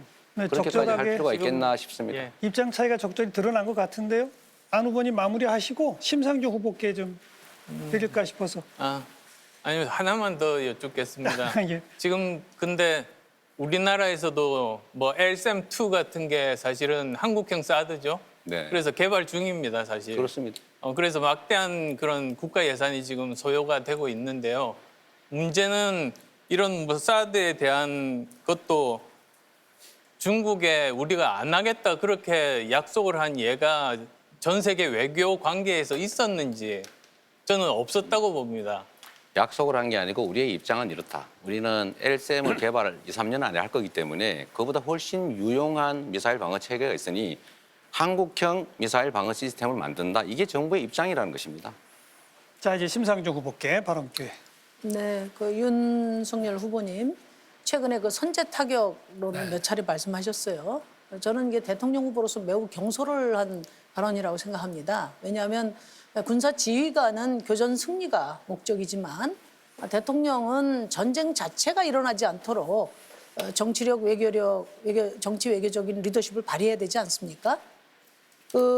하여튼 국민들은 정치 초년생 윤석열 후보가 이렇게 선제 타격을 운운하면서 전쟁 가능성을 거론한 것에 대해서 매우 불안해하고 계십니다. 어떻게 생각하십니까?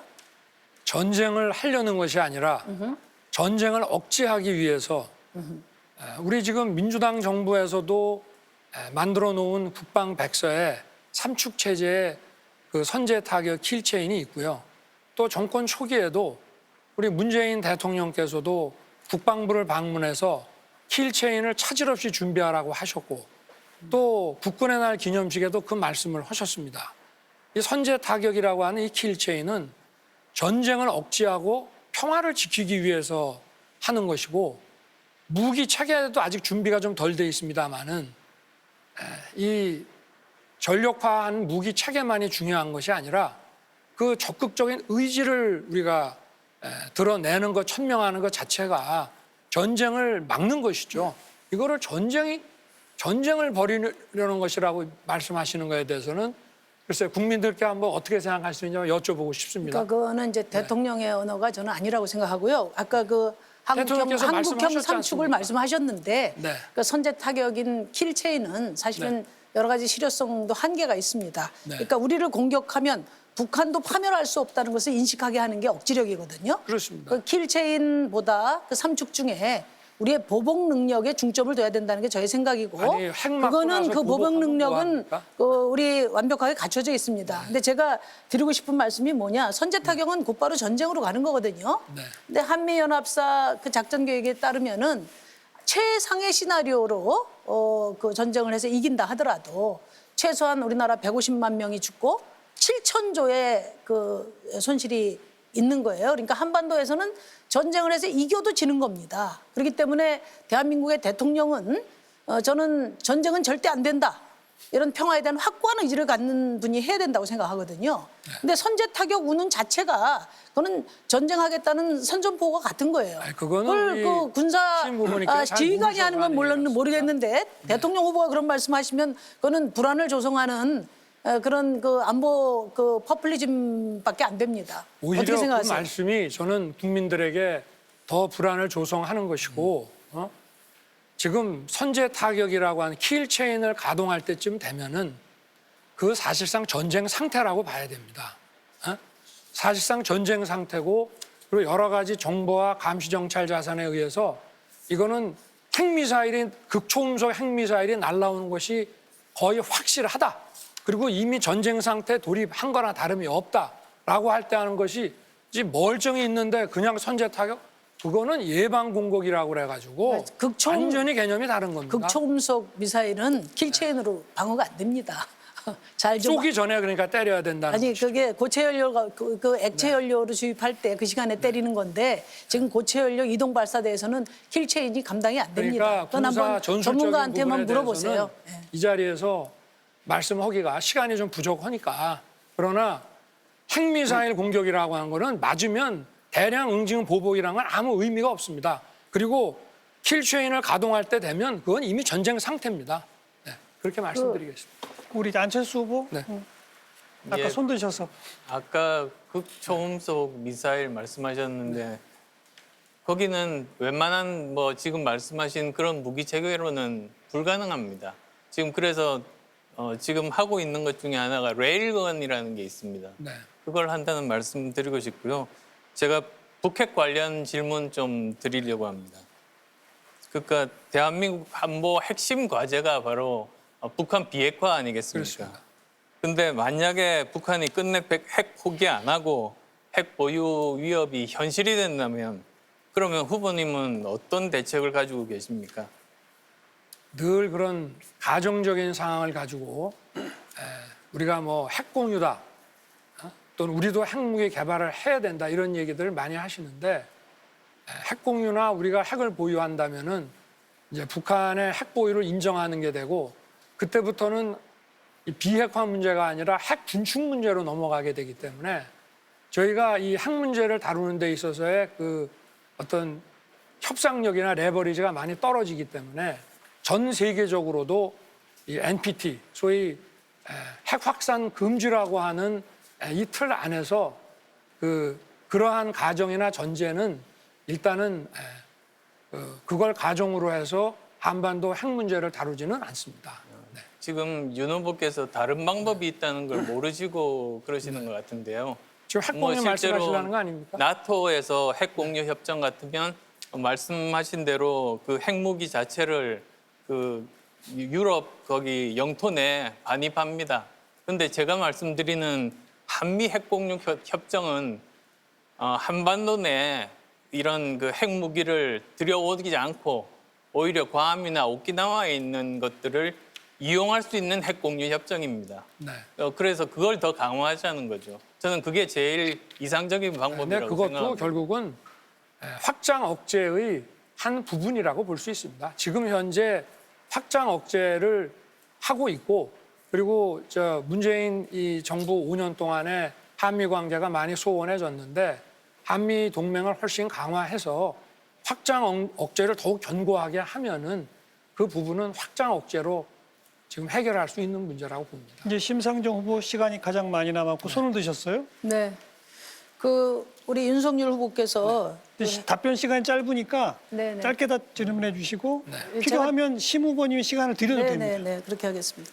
우리 윤석열 후보께서 핵 보유에 반대하고 이제 확장 억지력으로 커버해야 된다 그런 말씀하신 것에 대해서 굉장히 긍정적으로 생각합니다. 저는 그거는 이제 그렇게 제가 평가를 하고요. 아까 사드 얘기 계속 나왔는데 그 사드는 이제 50km 이상 고고도에서 미사일을 요격하는 거 아니겠습니까? 근데 수도권 방어를 하려면 제가 이해하는 사드 시스템으로 보면 저 개성쯤에 사드를 배치해야 돼요. 그렇지 않고는 불가능합니다. 근데 어디다 않습니다. 배치하시려고 하는지 그 계획이 있으면 말씀해 주세요. 아니 그건 그렇지 제가 않고요. 시간이 없으니까 한 가지 더 질문을 해서 이제 같이 이야기를 듣고자 하는데 이게 한 개성이나 이쪽에 해야 수도권 방어가 가능하고요. 그리고 이제 이거는 120도 정도를 감시할 수 있는 거기 때문에 지금 이제 북한이 SLBM을 전략 자산화했지 않습니까? 그래서 잠수함 타고서 측면에서 공격을 하면은 방어가 불가능해요. 그래서 어떤 군 전문가도 사드 배치하자는 얘기를 안 하는데 군에서도 얘기를 안 하는데 정치인들이 나서서 지금 사드 배치를 이렇게 이야기하는 것 자체가 저는 이게 안보 퍼플리즘이라고 생각하거든요. 답변해 주시기 바랍니다. 그건 잘못 알고 계시는 것이고요. 우리가 격투기 싸움을 한다고 할 때 측면으로 옆구리도 치고 다리도 치고 복부도 치고 또 머리도 공격하면 다 방어를 해야 되는 거기 때문에 그러니까 사드가 구분이 안 다양한 방향. 된다니까요. 사드는 이제 고고도니까 네. 저희가 다층적인 고고도, 중고도, 저고도, 그다음에 측면 공격 이런 다양한 방어 체계를 만들어야 되는 것이지 뭐 사드는 옆에서 칠 때는 못 쏜다. 예. 당연하죠. 시간이 다 말씀하셔도 되면 됩니다. 다양한 네. 중충적인 방어 그러면 체계를 만들어야 된다. 이 제 말이에요. 시간 더 드릴게요. 충분히 말씀하세요. 아니 그러니까 네. 그래서 어느 군에서 지금 사드가 불필요하다고 말씀하시는지 모르겠습니다만은 아까 우리 안 후보님 얘기하시던 소위 그 LSM-2라고 하는 게 있습니다. 그것도 사드하고 비슷한 거거든요. 그럼 우리나라 군대가 한국군이 그러니까 제가 왜 질문 드리는 거는 아니 왜 잠깐만요. LCM2를 개발하려고 하겠어요? 그러니까 사드를 말씀하시니까 아니, 사드 그러니까. 배치를 하신다고 하니까 사드에 한정해서 네네. 사드의 기능이나 네. 사드가 방어할 수 있는 범위나 이 범위 안에서 네. 수도권 방어가 불가능한데 자꾸만 그렇지 주장을 않습니다. 하시니까 제가 그렇지 지적을 않고요. 드렸습니다. 아니 우리 군에서 LCM2가 사드하고 비슷한 건데 LCM2를 지금 개발을 하고 있어요. 아직 되려면 한참 멀었습니다. 됐습니다. 그 정도 그거 왜 하려 하겠습니까? 이제 안철수 후보 발언 기회. 예, 뭐 시간상 이재명 후보께 네. 여쭤보겠습니다. 지금 현대전에서 사실 제일 중요한 게 첨단 무기, 특히 제공권 장악할 수 있는 공군 무기들 아니겠습니까? 그렇습니다. 특히 하이급 전투기 이런 것들이 굉장히 중요한데요. 거기에 해당되는 FX2 사업이 중단이 됐습니다. 네. 왜 됐는지는 아십니까? 그래서 정확하게는 모르겠는데 아마 부품 공급 문제 때문이 아니었나 생각됩니다. 그게 문재인 정부에서 경항모 쪽에 모든 예산을 몰아주기 때문에 정말로 중요한 제공권 장악을 위한 FX2 사업이 중단이 된 겁니다. 이것을 바로 잡으실 생각은 있으신지요?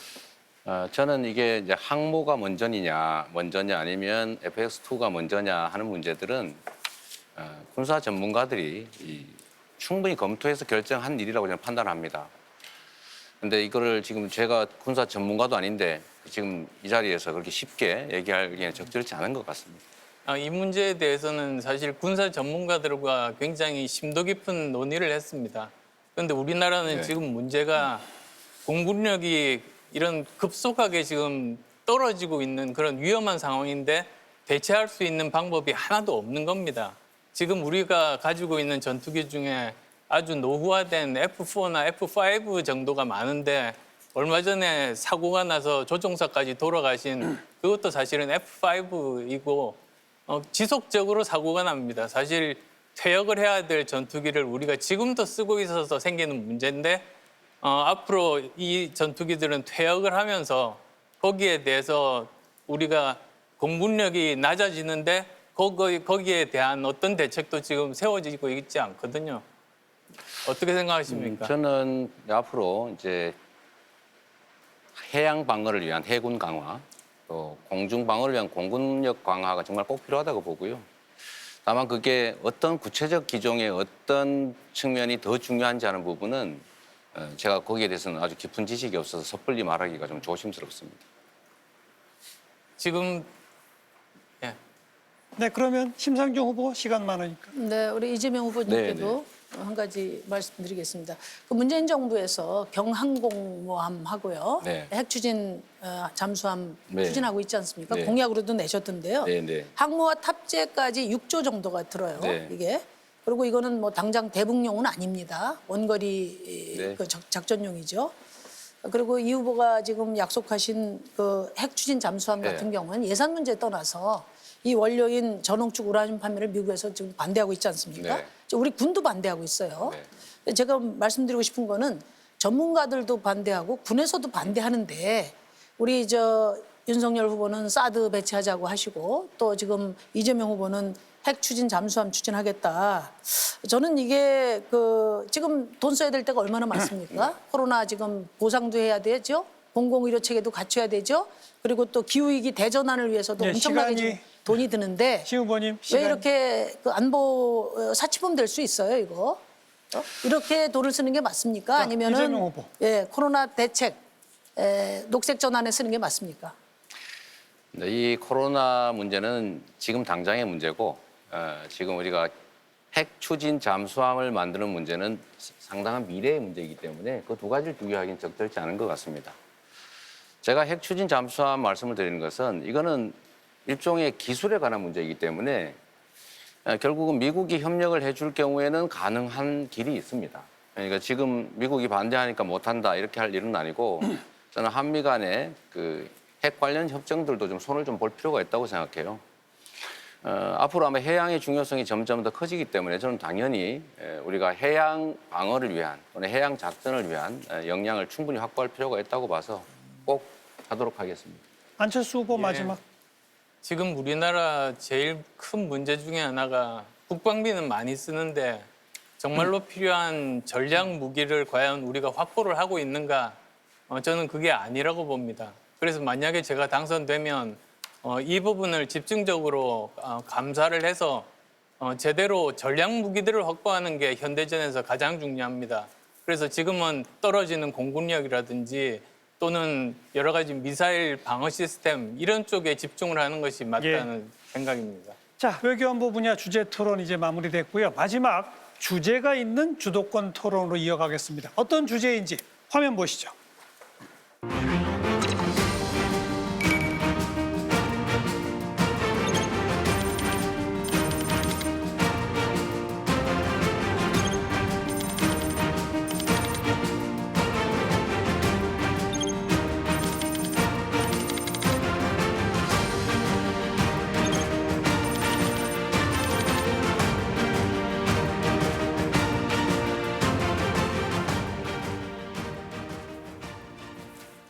자, 마지막은 일자리와 성장, 경제 문제를 주제로 한 주도권 토론입니다. 윤석열 후보부터 7분씩 주도권을 가지시고 룰은 똑같습니다. 2인 이상 후보에게 질문하셔야 되고요. 한 번 질문에 1분 30초 넘지 않도록 윤 후보님 출발하세요. 이 후보님 발표하신 그 경제 비전에 대해서 작년 7월과 금년 1월에 말씀하신 거에 대해서 제가 간단하게 한번 질문을 할 테니까 가급적 짧게 좀 답변을 부탁드리겠습니다. 그 작년 7월에 전환적 공정 성장을 발표하시고 금년 1월에 신경제 비전을 또 발표를 하셨는데 네. 이걸 종합적으로 제가 한번 보니까 대대적인 재정 투자, 그다음에 억강부약이나 기본소득으로 해서 공정을 강화하고 그리고 어떤 신재생 에너지의 그런 어떤 송배전망을 구축해서 바람과 햇볕이 달리는 고속도로를 만든다. 이런 것들이 이제 주요한 내용으로 눈에 들어옵니다. 그러면 정부가 해야 한다는 대대적인 그 재정 투자는 어디다가 어떤 식으로 쓰실 계획입니까? 제 정책에 관심을 가져주셔서 네. 고맙습니다. 네.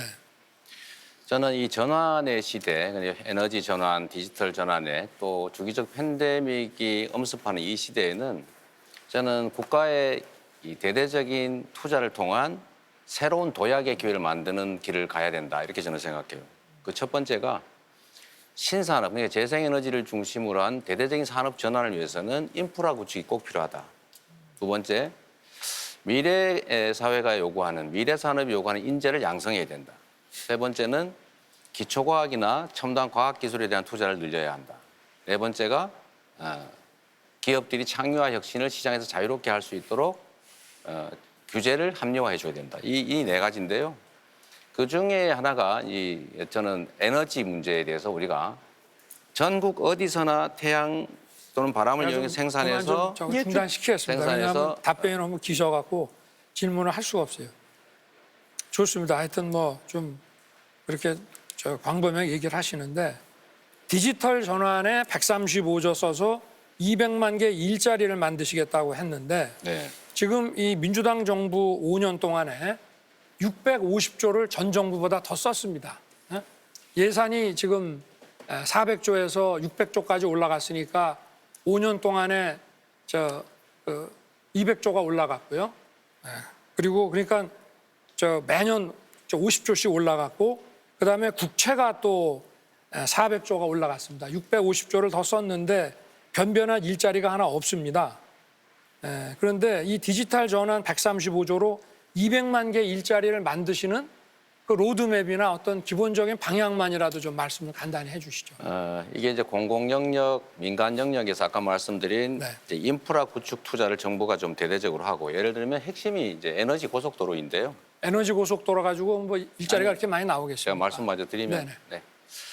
에너지 고속도로를 만들면 전국에서 재생에너지 생산을 위한 설비 산업, 또 기술 발전, 또 생산, 유통, 소비 산업이 일어날 거다. 두 번째는 관련 예를 들면 지능형 송배전망이라고 하는 게 매우 중요한데요. 근데 이 관련 산업들은 우리 안철수 후보께서 너무 잘 아시겠지만 이런 산업들도 독일처럼 발전할 수 있다. 어쨌든 우리나라가 풍력 발전과 관련해서는 하부 구조물 수출이 전 세계 최고라고 합니다. 예를 들면 이런 부분들도 매우 크게 성장할 수 있다. 네, 그러니까 산업 알겠습니다. 전환과 신산업 창출을 위해서 정부의 역할이 필요하다 그 말이죠. 어쨌든 뭐 디지털 전환으로 135조 쓰신다는 거하고 조금 다른 말씀을 하시는데 좋습니다. 그 재원에 그 국토보유세 한 50조, 탄소세 한 30조에서 65조를 언급하셨는데 이 국토보유세는 지금 입장이 조금씩 바뀌어서 토지 이익 배당금이라고도 말씀을 하시고 하는데 이거는 하여튼 하실 겁니까? 앞으로? 저는 말씀드렸던 주장하시는 것처럼 국민의 뜻이 반하지 않는 한 한다 이 입장이고요. 네. 첫 번째로는 부분적 기본소득은 당연히 할 것이고 일반 회계로 할 테니까 두 번째 보편적 기본소득은 탄소세 또는 반드시 해야 될 보유세 증가분 등을 국민에게 전액 되돌려주는 알겠습니다. 방식으로 네. 하되 국민의 뜻을 존중하겠다 네, 이렇게 말씀드립니다. 근데 국토보유세도 할지 안 할지 명확하지 않고 탄소세도 이걸 가지고 기본소득에 쓴다고 하면 도대체 디지털 대전환이라든가 대대적인 대전환을 위한 재정 투자를 어떻게 이런 거로 조달을 할 수 있는지 일단 좀 의문인데 이거 하나만 더 여쭤보겠습니다. 그 2017년에 대선 출마 하기 전이나 그 대선 출마한 직후에 네. 재벌 해체에 내 정말 목숨을 건다고 하셨는데 지금도 그런 생각이신가요? 팩트를 정확하게 말씀드리면 네. 재벌 체제 해체를 말했습니다. 네네. 예를 들면 재벌의 1인 지배 체제나 네. 아니면 내부 거래나 부당 상속이나 이 지배권 남용 이 문제를 저희가 해체하고 정상적인 대기업군으로 만들겠다 그 아니 말이에요. 그 해체라고 하는 거는 남용 이런 거는 어떤 행위고 해체라고 하는 건 어떤 조직을 말하는 건데 이 재벌을 이런 비리가 있기 때문에 재벌은 해체해서 이런 남용이나 이런 것이 일어나지 않겠다는 말씀이시죠? 제 말씀을 잘 이해를 안 하신 것 같은데요. 네, 재벌을 해체한다는 게 아니고 네, 재벌 체제를 해체한다 이 말씀. 체제를 알겠습니다. 그 네. 부당한 시스템을. 네, 네, 알겠습니다. 1분 남았는데 네, 다른 우리 후보 안철수 예. 후보님께 여쭤보겠습니다. 이 과학기술에 앞으로의 명운이 걸려 있다 하는 건 뭐 다들 우리 안 후보님께서도 그렇게 늘 강조를 해오셨는데 안 후보님께서는 우리 경제가 아주 크게 도약하는 데 필요한 과학기술 분야 그리고 정부가 좀 투자를 해야 될 그 방법 이런 게 어떤 거라고 보십니까? 어떤 분야에 어떤 방식으로 재정 투자를 해야 된다고 보십니까? 제가 제1호 공약이 성장 공약입니다. 네. 5호 공약인데요. 즉 초격차 기술 5개를 확보해야 되는데 네. 그게 어딘지를 봤습니다. 초격차 기술이라는 건 1, 2등 간의 격차가 아주 커서 계속 오랜 기간 동안 1위를 할 수 있는 그런 분야입니다. 네. 그런데 보니까 우리나라에서 가능성 있는 분야가 여럿이 보였습니다. 예를 들면 디스플레이 분야라든지 또는 2차 전지 분야라든지 원전, 수소 산업, 그리고 바이오, 그리고 또 과학기술은 아니지만 컨텐츠. 저는 예. 이런 것들을 들고 싶습니다. 그 정도까지. 예. 네. 좋습니다. 바로 이어서 안철수 후보 주도권 토론이니까요. 예. 뭐 미제나 발언 하셔도 좋고요. 그럼 저도 윤 후보께 여쭙겠습니다. 공공기관 노동이사제 도입에 찬성하셨죠? 그렇습니다.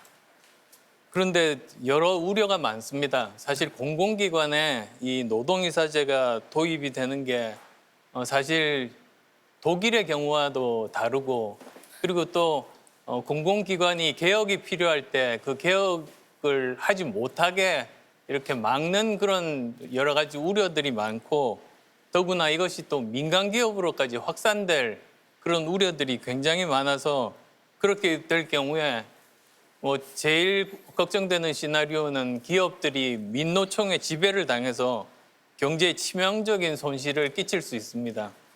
이런 것들은 생각을 안 해보셨는지 그리고 만약에 생각을 해보셨다면 처리할 생각은 없으신지 묻고 싶습니다. 깊이 생각해서 내린 결정입니다. 저는 공공기관은 국민 겁니다. 그런데 노동이사제라는 거는 노조가 그냥 이사를 하는 것이 아니라 노조에서 근로자들이 추천하는 겁니다. 그럼 대개가 이제 변호사들이 하게 되는데 보고는 물론 해야 되고 그런데 이 도덕적 해이가 오히려 정부에서 마구 임명한 사람들이 하는 경우가 정부 입김에 의해 가지고 이런 공기업들이 도덕적 해이를 일으키는 경우가 많고, 대표적인 예로 저는 만약에 한수원에 노동이사제가 있었다고 한다면은 전 월성원전의 경제성 평가 조작으로 저렇게 쉽게 문 닫게 되지 않았을 것이라고 저는 생각을 합니다. 그리고 민간 분야에 이게 넘어가느냐는 완전 별개의 문제입니다. 이것이 어떻게 진행되는지를 국민들이 지켜보고, 그러고 민간 분야로 넘어갈 수 있냐 없냐는 상법 개정 문제는 여기서 만약에 심각한 문제가 생긴다면 그건 무조건 안 되겠죠. 그래서 저는 국민이 주인은 30초 공기업을 정도 보호하기 위해서 필요하다고 드렸으니까요. 봅니다. 네. 지금 근데 독일하고 다른 건 아시죠? 독일은 이사회가 두 가지 종류가 있습니다. 잘 알고 집행이사회 네. 그리고 또 우리나라의 감사와 같은 곳인데 네. 노동이사들이 주로가 아니죠. 노동이사들이 근무하는 곳은 감사위원회에 해당되는 감독이사회 쪽입니다. 네. 그러니까 우리나라는 이렇게 따로 떨어져 있지 않고 집행이사회만 있기 때문에 집행이사회 자체에 노동이사가 들어온 거는 우리나라가 처음이라는 것 알고 계시죠? 그러니까 공기업이고 경영 상태를 근로자들이 정확하게 알고 기업이 투명하게 운영되도록 하는, 그래서 국민의 기업을 지킨다라고 하는 그런 점이 있다고 저는 봅니다.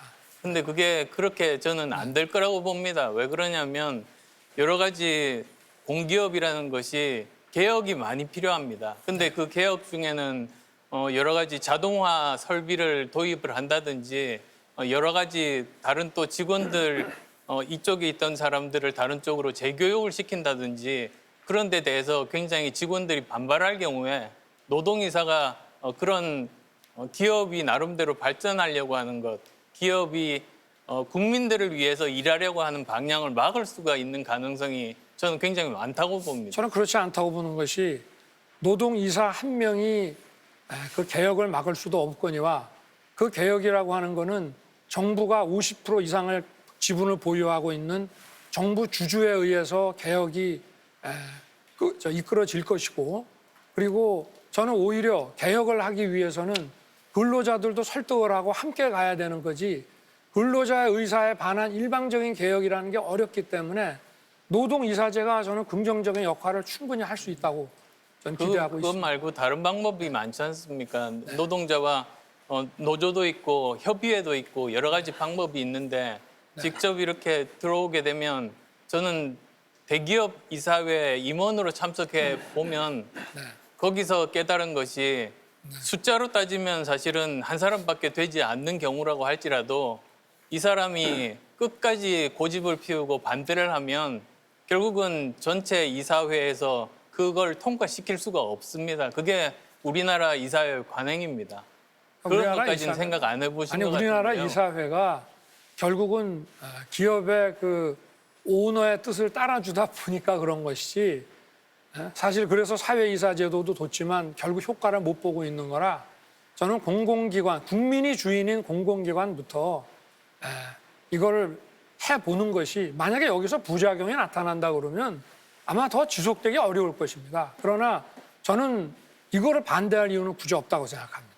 근데 제가 경험했던 지금 말씀드렸던 그 이사회가 네. 오너가 없는 원래는 공공기업이다가 이제 저 국민주로 해서 상장된 기업을 말씀드립니다. 오너가 없는데도 그러면 그런 일이 민간 생깁니다. 기업의 이사회도 좀 운영에 문제가 있다고 봐야 안 되겠습니까? 네. 왜 그렇게 되는지. 그럼 왜 왜- 어떤 한 사람의 그 반대 의견을 갖다가 다수의 이사들이 뭐 쩔쩔맨다고 하면 오히려 뭐가 문제가 있는 거 아닐까요? 그게 보통 이사회들의 관행입니다. 네. 알겠습니다. 가급적이면 전체가 다 동의하는 가운데서 이게 통과되는 겁니다. 지금 사실 그렇지 않아도 공공이사제가 많이 쓰이고 있습니다. 그런데 그 공공이사, 지금 뭐 민주당 정부가 그 장악하고 있는 지방자치단체 산하 공공기관에서는 지금 이미 많이 쓰이고 있는데, 거기에서 뭐 크게 문제가 생겨가지고 했다면은 그거 아마 이 얘기 꺼내지도 못했겠죠. 한번 해보고 더 지켜보시죠. 안 후보님 45초 남았는데 다른 후보께 네. 한마디만 하고 넘어가겠습니다. 사실 거기 윤 후보 소속 정당의 나경원 의원이 이런 말을 했거든요. 그건 기득권 노조를 위한 포퓰리즘에 불과하다. 보수 가치를 기반으로 하는 우리 정당에는 맞지 않는 일이다. 네. 어떻게 생각하십니까? 글쎄요, 다른 후보께 해야 되는데. 저희 당에 그런 말씀하는 분들이 있습니다만은 어쨌든 저희 당에서 이걸 당론으로 채택을 해서 예. 가기로 한 겁니다. 네. 그러면 제가 몇 분 남지는 않았습니다만 이재명 후보께 잠깐만 묻겠습니다. 저 고용 세습 어떻게 생각하십니까? 더 옳지 않지요. 그 반드시 못하게 해야 됩니다. 강성노조 고용 세습 막으실 거죠? 당연히 그래야죠. 고용 세습은 있을 수 없는 일입니다. 네, 시간이 다 됐습니다. 꼭 2인 이상에게 질문해야 한다는 거 염두에 두시고요. 심상정 후보 7분 시작하세요. 이재명 후보님, 네, 네. 제가 오늘 이렇게 후보님하고 같이 토론을 하니까 좋네요. 네. 5년 전에 촛불 광장에서 함께 버스킹할 때가 생각이 네, 납니다. 그러네요. 네, 네. 그때 박근혜 구속, 이재용 박근혜 탄핵, 이재용 구속도 외치고 네. 아까 말씀하신 재벌 해체, 또 최저임금 100만 원도 외쳤는데, 재벌 체제했지. 네, 그런데 네. 이번 대선이 네. 이 촛불 개혁 실패에 따른 정권 심판 대선의 성격이 강하지 않습니까? 그래서 저는 이번 대선에서 우리 이 후보님하고 개혁 경쟁을 세게 하게 될 줄 알았어요. 네. 그런데 후보님이 지금 굉장히 멀리 가 계셔요. 저는 이번 대선이 정말 역주행하는 대선이라고 생각합니다. 예전에 뭐 우리가 기억하고 있는데 유행했던 여러분 부자 되세요. 그 광고가 생각나요. 네. 지금 공동체가 붕괴할 정도로 지금 불평등과 차별이 만연한데 지금 후보들은 전부 각자 도생의 욕망만 부추기고 있거든요. 그런데 이재명 후보도 실용이라는 이름으로 이런 역주행에 편승하고 있는 것 같아서 제가 굉장히 유감스럽다는 말씀 드리고요. 이번에 이제 5만 불 시대 5대 강국 코스피 5천 이런 공약을 내셨어요.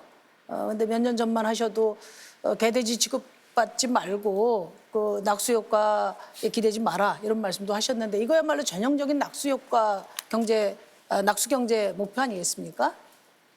어떻게 생각하세요? 경제의 뿌리를 튼튼하게 하자라고 하는 것하고 특정 대기업, 특정 산업을 키워서 혜택을 보자. 이건 전혀 다르다는 말씀 네요. 말씀드리고요. 솔직히 말씀드려서 파이 키워서 불평등 해결하자. 그거 거짓이잖아요. 지금 세계 10위권 경제 대국 됐는데 불평등은 계속 심화되는데 오히려 거꾸로 말해서 상당 부분은 불평등을 심화시켜서 경제 성장이 된 측면이 있죠. 지금 젊은이들이 편을 나눠서 싸우고 수도권과 지방의 젊은이들이 갈등하고 또 거기에 편승하는 정치 세력까지 나타나고 있는 상황은 사실 기회 부족 때문에 그런 것 같습니다. 제가 보기에는. 근데 우리 기성세대들은 정말 고도 성장 사회에서 기회를 누렸는데 공정성 문제를 회피해가지고 결국 엄청난 양극화가 저성장을 불러왔다. 그걸 100번 인정하더라도 네. 지금 이제 그래서 성장을 우리나라의 회복해야죠. 상위 10% 지금 사람은 연평균 1억 8천만 원을 벌고요. 하위 50%는 연 1,200만 원밖에 못 봅니다. 네. 그러니까 5만 불 시대 된다고 해서 이 문제 해결될 것이냐? 저는 그걸 묻고 싶고요. 지금 우리나라 경제가 더 이상 오징어 게임식으로 가서는 안 된다. 대전환을 이야기했다면 이제는 네. 불평등 심화가 아니라 불평등 해소 그리고 녹색 전환 네. 이 두 가지에 저는 답이 있다 이렇게 생각을 합니다. 그래서 제가 그 말씀을 드린 거예요. 네. 그러면 성장을 해야 되는데 성장의 길이 과거처럼 정부의 역량이나 자원을 특정 기업에다 집중 투자하는 방식이냐 그건 아니죠. 네, 물론 당연히 아니죠. 아니고 네. 저희는 아니, 그 공약은 잠깐만요. 또 이따가 말씀드리고요. 네, 불평등 완화를 다음 이어서 이제 우리 이재명 아니, 후보 저도 주도권 30초는 시간이니까 얘기할 기회를 주시면 아니 잠깐만요. 제가 한 가지를 더 붙여서 말씀드리려고 하는데요. 제가 이건 뭐 꼭 여쭤보라고 해서 제가 묻는데요. 그 중대재해기업 처벌법 문제 말이에요. 네. 그 이제 지난번에 재계 총수들 만나셨을 때 증거 입증이 어렵기 때문에 적용이 잘 안 될 거다 이런 말씀하셨는데 네. 어떻게 그렇게 생각하시나요? 제가 그 말씀의 취지는 중대재해처벌법이 없는 나라도 산업재해율이 낮은 경우가 많은데 그 이유는 평소에 관련 법령을 준수하기 때문에 그렇다. 잘만 지키면 그런 거 처벌될 가능성은 없으니 걱정하지 말라 이런 네, 뜻이었습니다. 그거 좀 충분히 이해하고요. 네, 그러면은 사실 입증 책임을 노동자 피해자한테 하라고 하는 건 말이 안 되지 않습니까? 뭐 당연하죠. 네. 이거 고치겠습니까? 지금 그 말씀하고 형사 사건에서 입증 책임을 그러니까 형사 회사가 사건에서는 지도록 하는 거 검사가 동의하세요? 지는 거예요.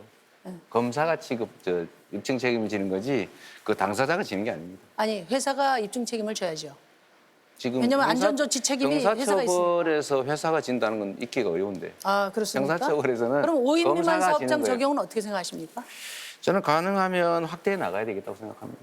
그리고 이번에 광주 참사 현장에 가셔서 네. 경영진도 책임져야 되고 그다음에 또 면허도 박탈해야 된다 이런 말씀하셨는데 최고 경영자 발주처 책임 묻는 거 동의하십니까?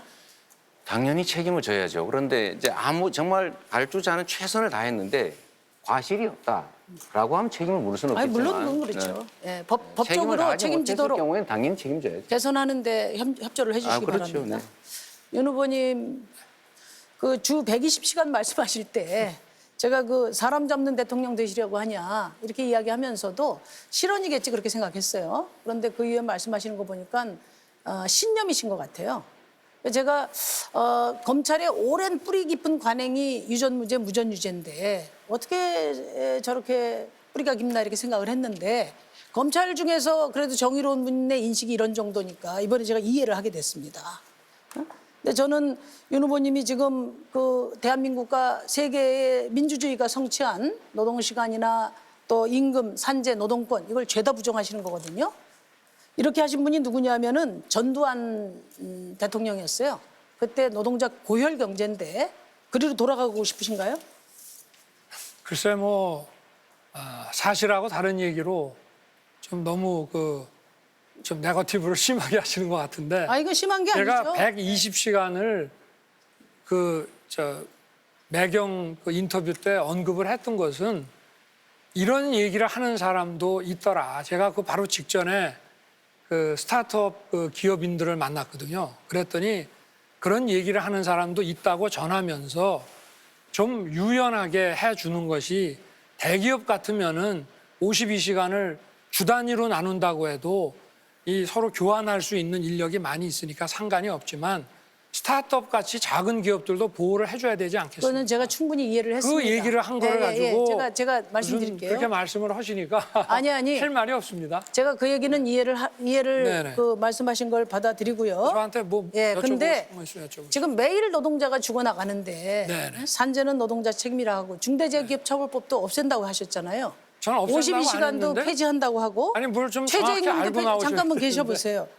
그리고 최저임금도 폐지하자고 하고 5인 아니, 저 미만 폐- 사업장 적용은 시기상조라고 하고 아니 저는- 정확하게 알고 나오셔야 되는데 정확히 말씀해 저 보세요. 최저임금제 폐지 얘기 해본 적도 없고요. 주 52시간제 폐지 얘기한 적도 없고 그리고 또 뭘 말씀하셨죠? 5인 이하 사업장? 네. 5인 이하 사업장은 노동의 기본권과 관련된 거는 하되 임금 지급 문제에 있어서는 그건 5인 이하 사업장이 워낙 열악하니까 그거는 네. 좀 상황을 봐서 하자 이렇게 말씀을 드렸거든요. 시간은 다 됐는데 제가 마지막에 질문을 하셔서 한 20초 더 쓰도록 네, 네. 사회자 직권으로 시간을 드렸습니다. 아니 뭐 더 쓸 게 없는 것이 아니, 잘못 알고 더 이상 질문을 하시면 안 하신 거라. 됩니다. 네. 마지막으로 이재명 후보 제가 이제 잘못 안 것이기를 바랍니다. 죄송합니다. 다음에 또 죄송합니다. 확인할게요. 마지막 이재명 후보 주도권 토론 네. 7분. 예. 사실 우리 정말로 많은 토론들을 하지만 저는 가급적이면 미래지향적으로 우리 사회를 어떻게 나아가게 할 것이냐, 민생과 경제를 챙기는 길이 뭐냐 이게 중요하다고 생각하고요. 우리 심상정 후보님 아까 말씀하신 거 제가 답을 못 드렸는데 성장을 해야 성장의 과실을 나누는 과정에서 불평등을 완화해 갈 수 있다. 이미 불평등이 발생한 걸 어떻게 조정할 길이 없지 않습니까? 이제 그 말씀 드렸다는 말씀 드리고요. 제가 우리 윤석열 후보님 아까 우리 말씀 나누다 못한 거 마저 좀 여쭤보겠습니다. 자, 아까 이제 수소 경제 별로 중요하지 않다 이런 말씀을 중요하지 하셨는데 않은 건 아니고 우리 성장 잠깐 제가 동력의 네. 우선순위를 정할 때 조금 신재생 부분은 다른 이런 좋습니다. 네네. 데이터나 디지털 바이오 지금- 이런 거에 비해서 지금 조금 그러면 떨어진다 이런 얘기죠. 이 R200에 대해서는 어떻게 대응하실 생각입니까? 네? R200에 대해서는 다시 한번 말씀해 주시죠. R200. R200이 뭐죠? 그러니까 이게 탄소 재생에너지 중립 100%. 재생에너지 100%를 그게 현실적으로 저는 가능하지 잠깐만요. 않다고 봅니다. 가능하지 않다고 생각하시지만 전 세계 유수한 글로벌 기업들이 이미 네. 이미 알리백을 채택해서 재생에너지 100%로 생산하지 않는 부품을 공급받지 않겠다. 이게 정말 많지 않습니까? 우리 안 후보님 너무 잘 아실 것 같아요.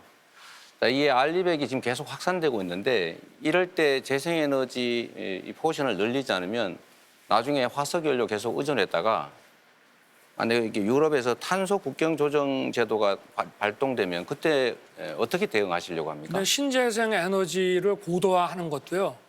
디지털 데이터나 바이오 융합 기술이 있어야 그게 고도화되는 거지. 그냥 수소 경제라고 하는 건 너무 막연한 말씀입니다. 아니 수소 경제 수소 얘기한 게 경제라는 것도 수소 아까 말씀하신 포집 기술부터 그 활용 기술 이런 모든 것이 자 수소도 수소를 자, 실는 제가 탱크가 네, 알겠습니다. 그게 네, 네. 파이버로 만드는 거 아니겠습니까? 제가 드리는 말씀은 재생에너지로 제품을 생산하지 않으면 네. 즉 탄소에 의존해서 생산하면 유럽이나 미국 수출할 때 국경 조정 부담금을 부과받는다. 알고 계시죠? 그거는 석탄인 경우지 꼭 재생에너지만이 아니고 원자력이라든가 이런 다른 전기 에너지들인데 탄소를 발생시키지 않는 전기 에너지를 쓴다는 뜻이지 그게 어떻게 자, 그러면요. 재생에너지만 갖고 알겠습니다. 얘기하십니까? 그게 현실적으로 EU 텍소노미가 현재 매우 중요한 의제인데요. EU 텍소노미에서 지금 원자력 관련된 그 논란이 있지 않습니까? 네네. 원전 전문가에 가깝게 원전 주장하시는데 이 문제는 어떻게 해결해 나가실 생각이신가요?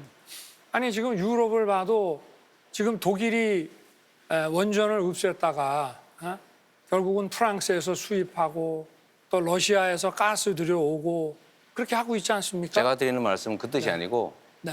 EU 텍소노미라고 하는 새로운 제도가 논의되고 있는데 네.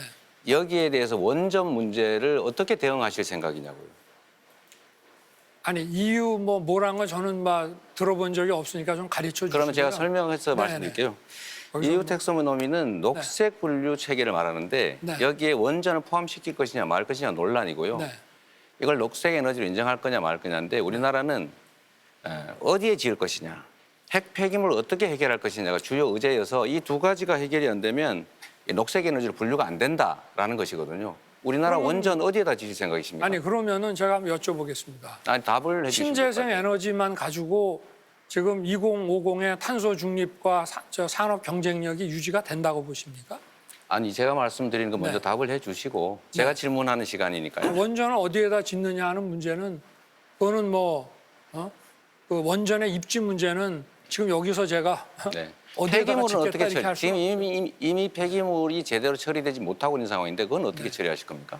지금도 핵 폐기물은 향후에 파이로 프로세싱이라든가 이런 걸 통해 가지고 폐기물 처리할 수 있는 기술이 아마 제가 볼 때는 신재생 에너지 고도화시키는 거 못지않게 네. 빨리 되지 않겠나 싶습니다. 그래서 저는 원전 문제나 이런 문제들을 이제 정략 대상으로 만들지 않는 게 중요하겠다 이 생각이고요.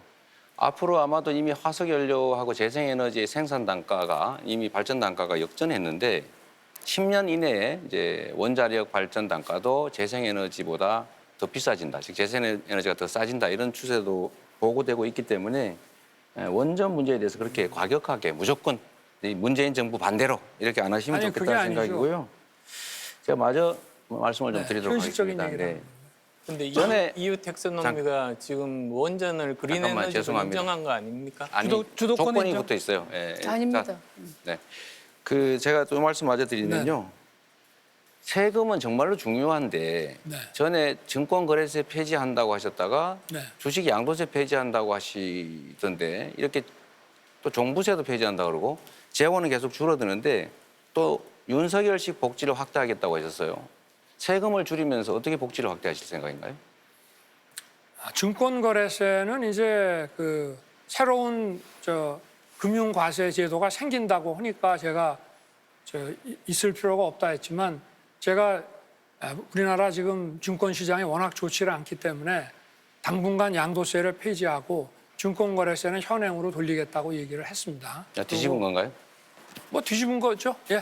그러나 양도소득세를 포함한 자, 그럼- 새로운 금융과세 자, 그러면 제도가 좋습니다. 제가- 현재 부적절하다고 이제 본 제가 거죠. 하나 네, 볼게요. 50초 남았습니다. 2인 이상 후보. 양도세는 1% 이상 10억 이상 대주주들이 대상이고 그렇습니다. 증권거래세는 개미들이 대상인데 그렇습니다. 개미한테 부담시키고 대주주들 면제해 주는 거 아닙니까? 개미들이 원합니다. 왜냐? 알겠습니다. 주식시장에는 제가 큰 손들이 안철수 들어와야 의원님한테 한 말씀 드릴게요. 네. 큰 손들이 들어와야 시간이 주가가 많지 않아서 오르죠. 그런 죄송한데요. 저는 주식시장 그 발전을 위해서 이 MSCI 가입이 필요하고 그 중에서도 공매도 제도를 개선해야지 폐지하는 건 안 된다 이 생각인데 그 점에 대한 의견은 어떻습니까? 저도 공매도 제도 폐지하면 안 되죠. 근데 지금 문제는 투명성 그리고 정보의 비대칭성 때문에 개미 투자자들이 손해를 많이 보지 않습니까? 네. 그리고 또 6개월 연장하는 것 개인은 안 되니까요. 네. 그런 문제 다 해결하고 해야 된다고 생각합니다. 맞습니다. 네, 공감합니다. 네, 역시 조금 남겨놓고 질문하셔서 시간을 조금 더 드렸습니다. 이제 오늘의 모든 토론이 마무리가 됐습니다. 좀 아쉬우시겠습니다만 또 다른 기회들이 앞으로 생길 테니까요. 마무리 발언 30초씩 안철수 후보부터 시작하세요. 시청해 주시는 여러분들 고맙습니다. 오늘 연금 개혁에 대해서 모든 후보들의 합의를 이루었다는 것이 저는 오늘 가장 큰 성과라고 생각합니다. 저 안철수는 지금까지 부끄러움 없이 살아왔습니다. 제게 일할 기회를 주십시오. 말 잘하는 해결사가 아니라 말 잘하는 해설사가 아니라 일 잘하는 해결사가 되겠습니다. 고맙습니다. 네, 심상정 후보. 네.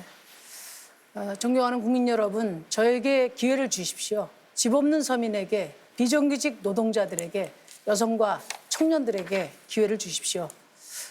주류 정치가 대표하지 않는 수많은 비주류 시민들과 함께 진짜 정권 교체를 할 수 있도록 힘을 주십시오. 시민의 삶이 선진국인 나라 만드는 첫 번째 복지 대통령 되겠습니다. 감사합니다. 네, 이재명 후보. 국민 여러분, 지금 정말 위기입니다. 경제도 코로나 위기도 대전환의 위기도 국제 관계도 남북 관계도 정말 어렵습니다. 지금 이 순간도 누군가 이 세상을 떠나고 있습니다. 또 떠나려고 준비하고 있습니다. 3월 9일 이후에 대한민국은 어떻게 되겠습니까? 우리는 어디로 가야 됩니까?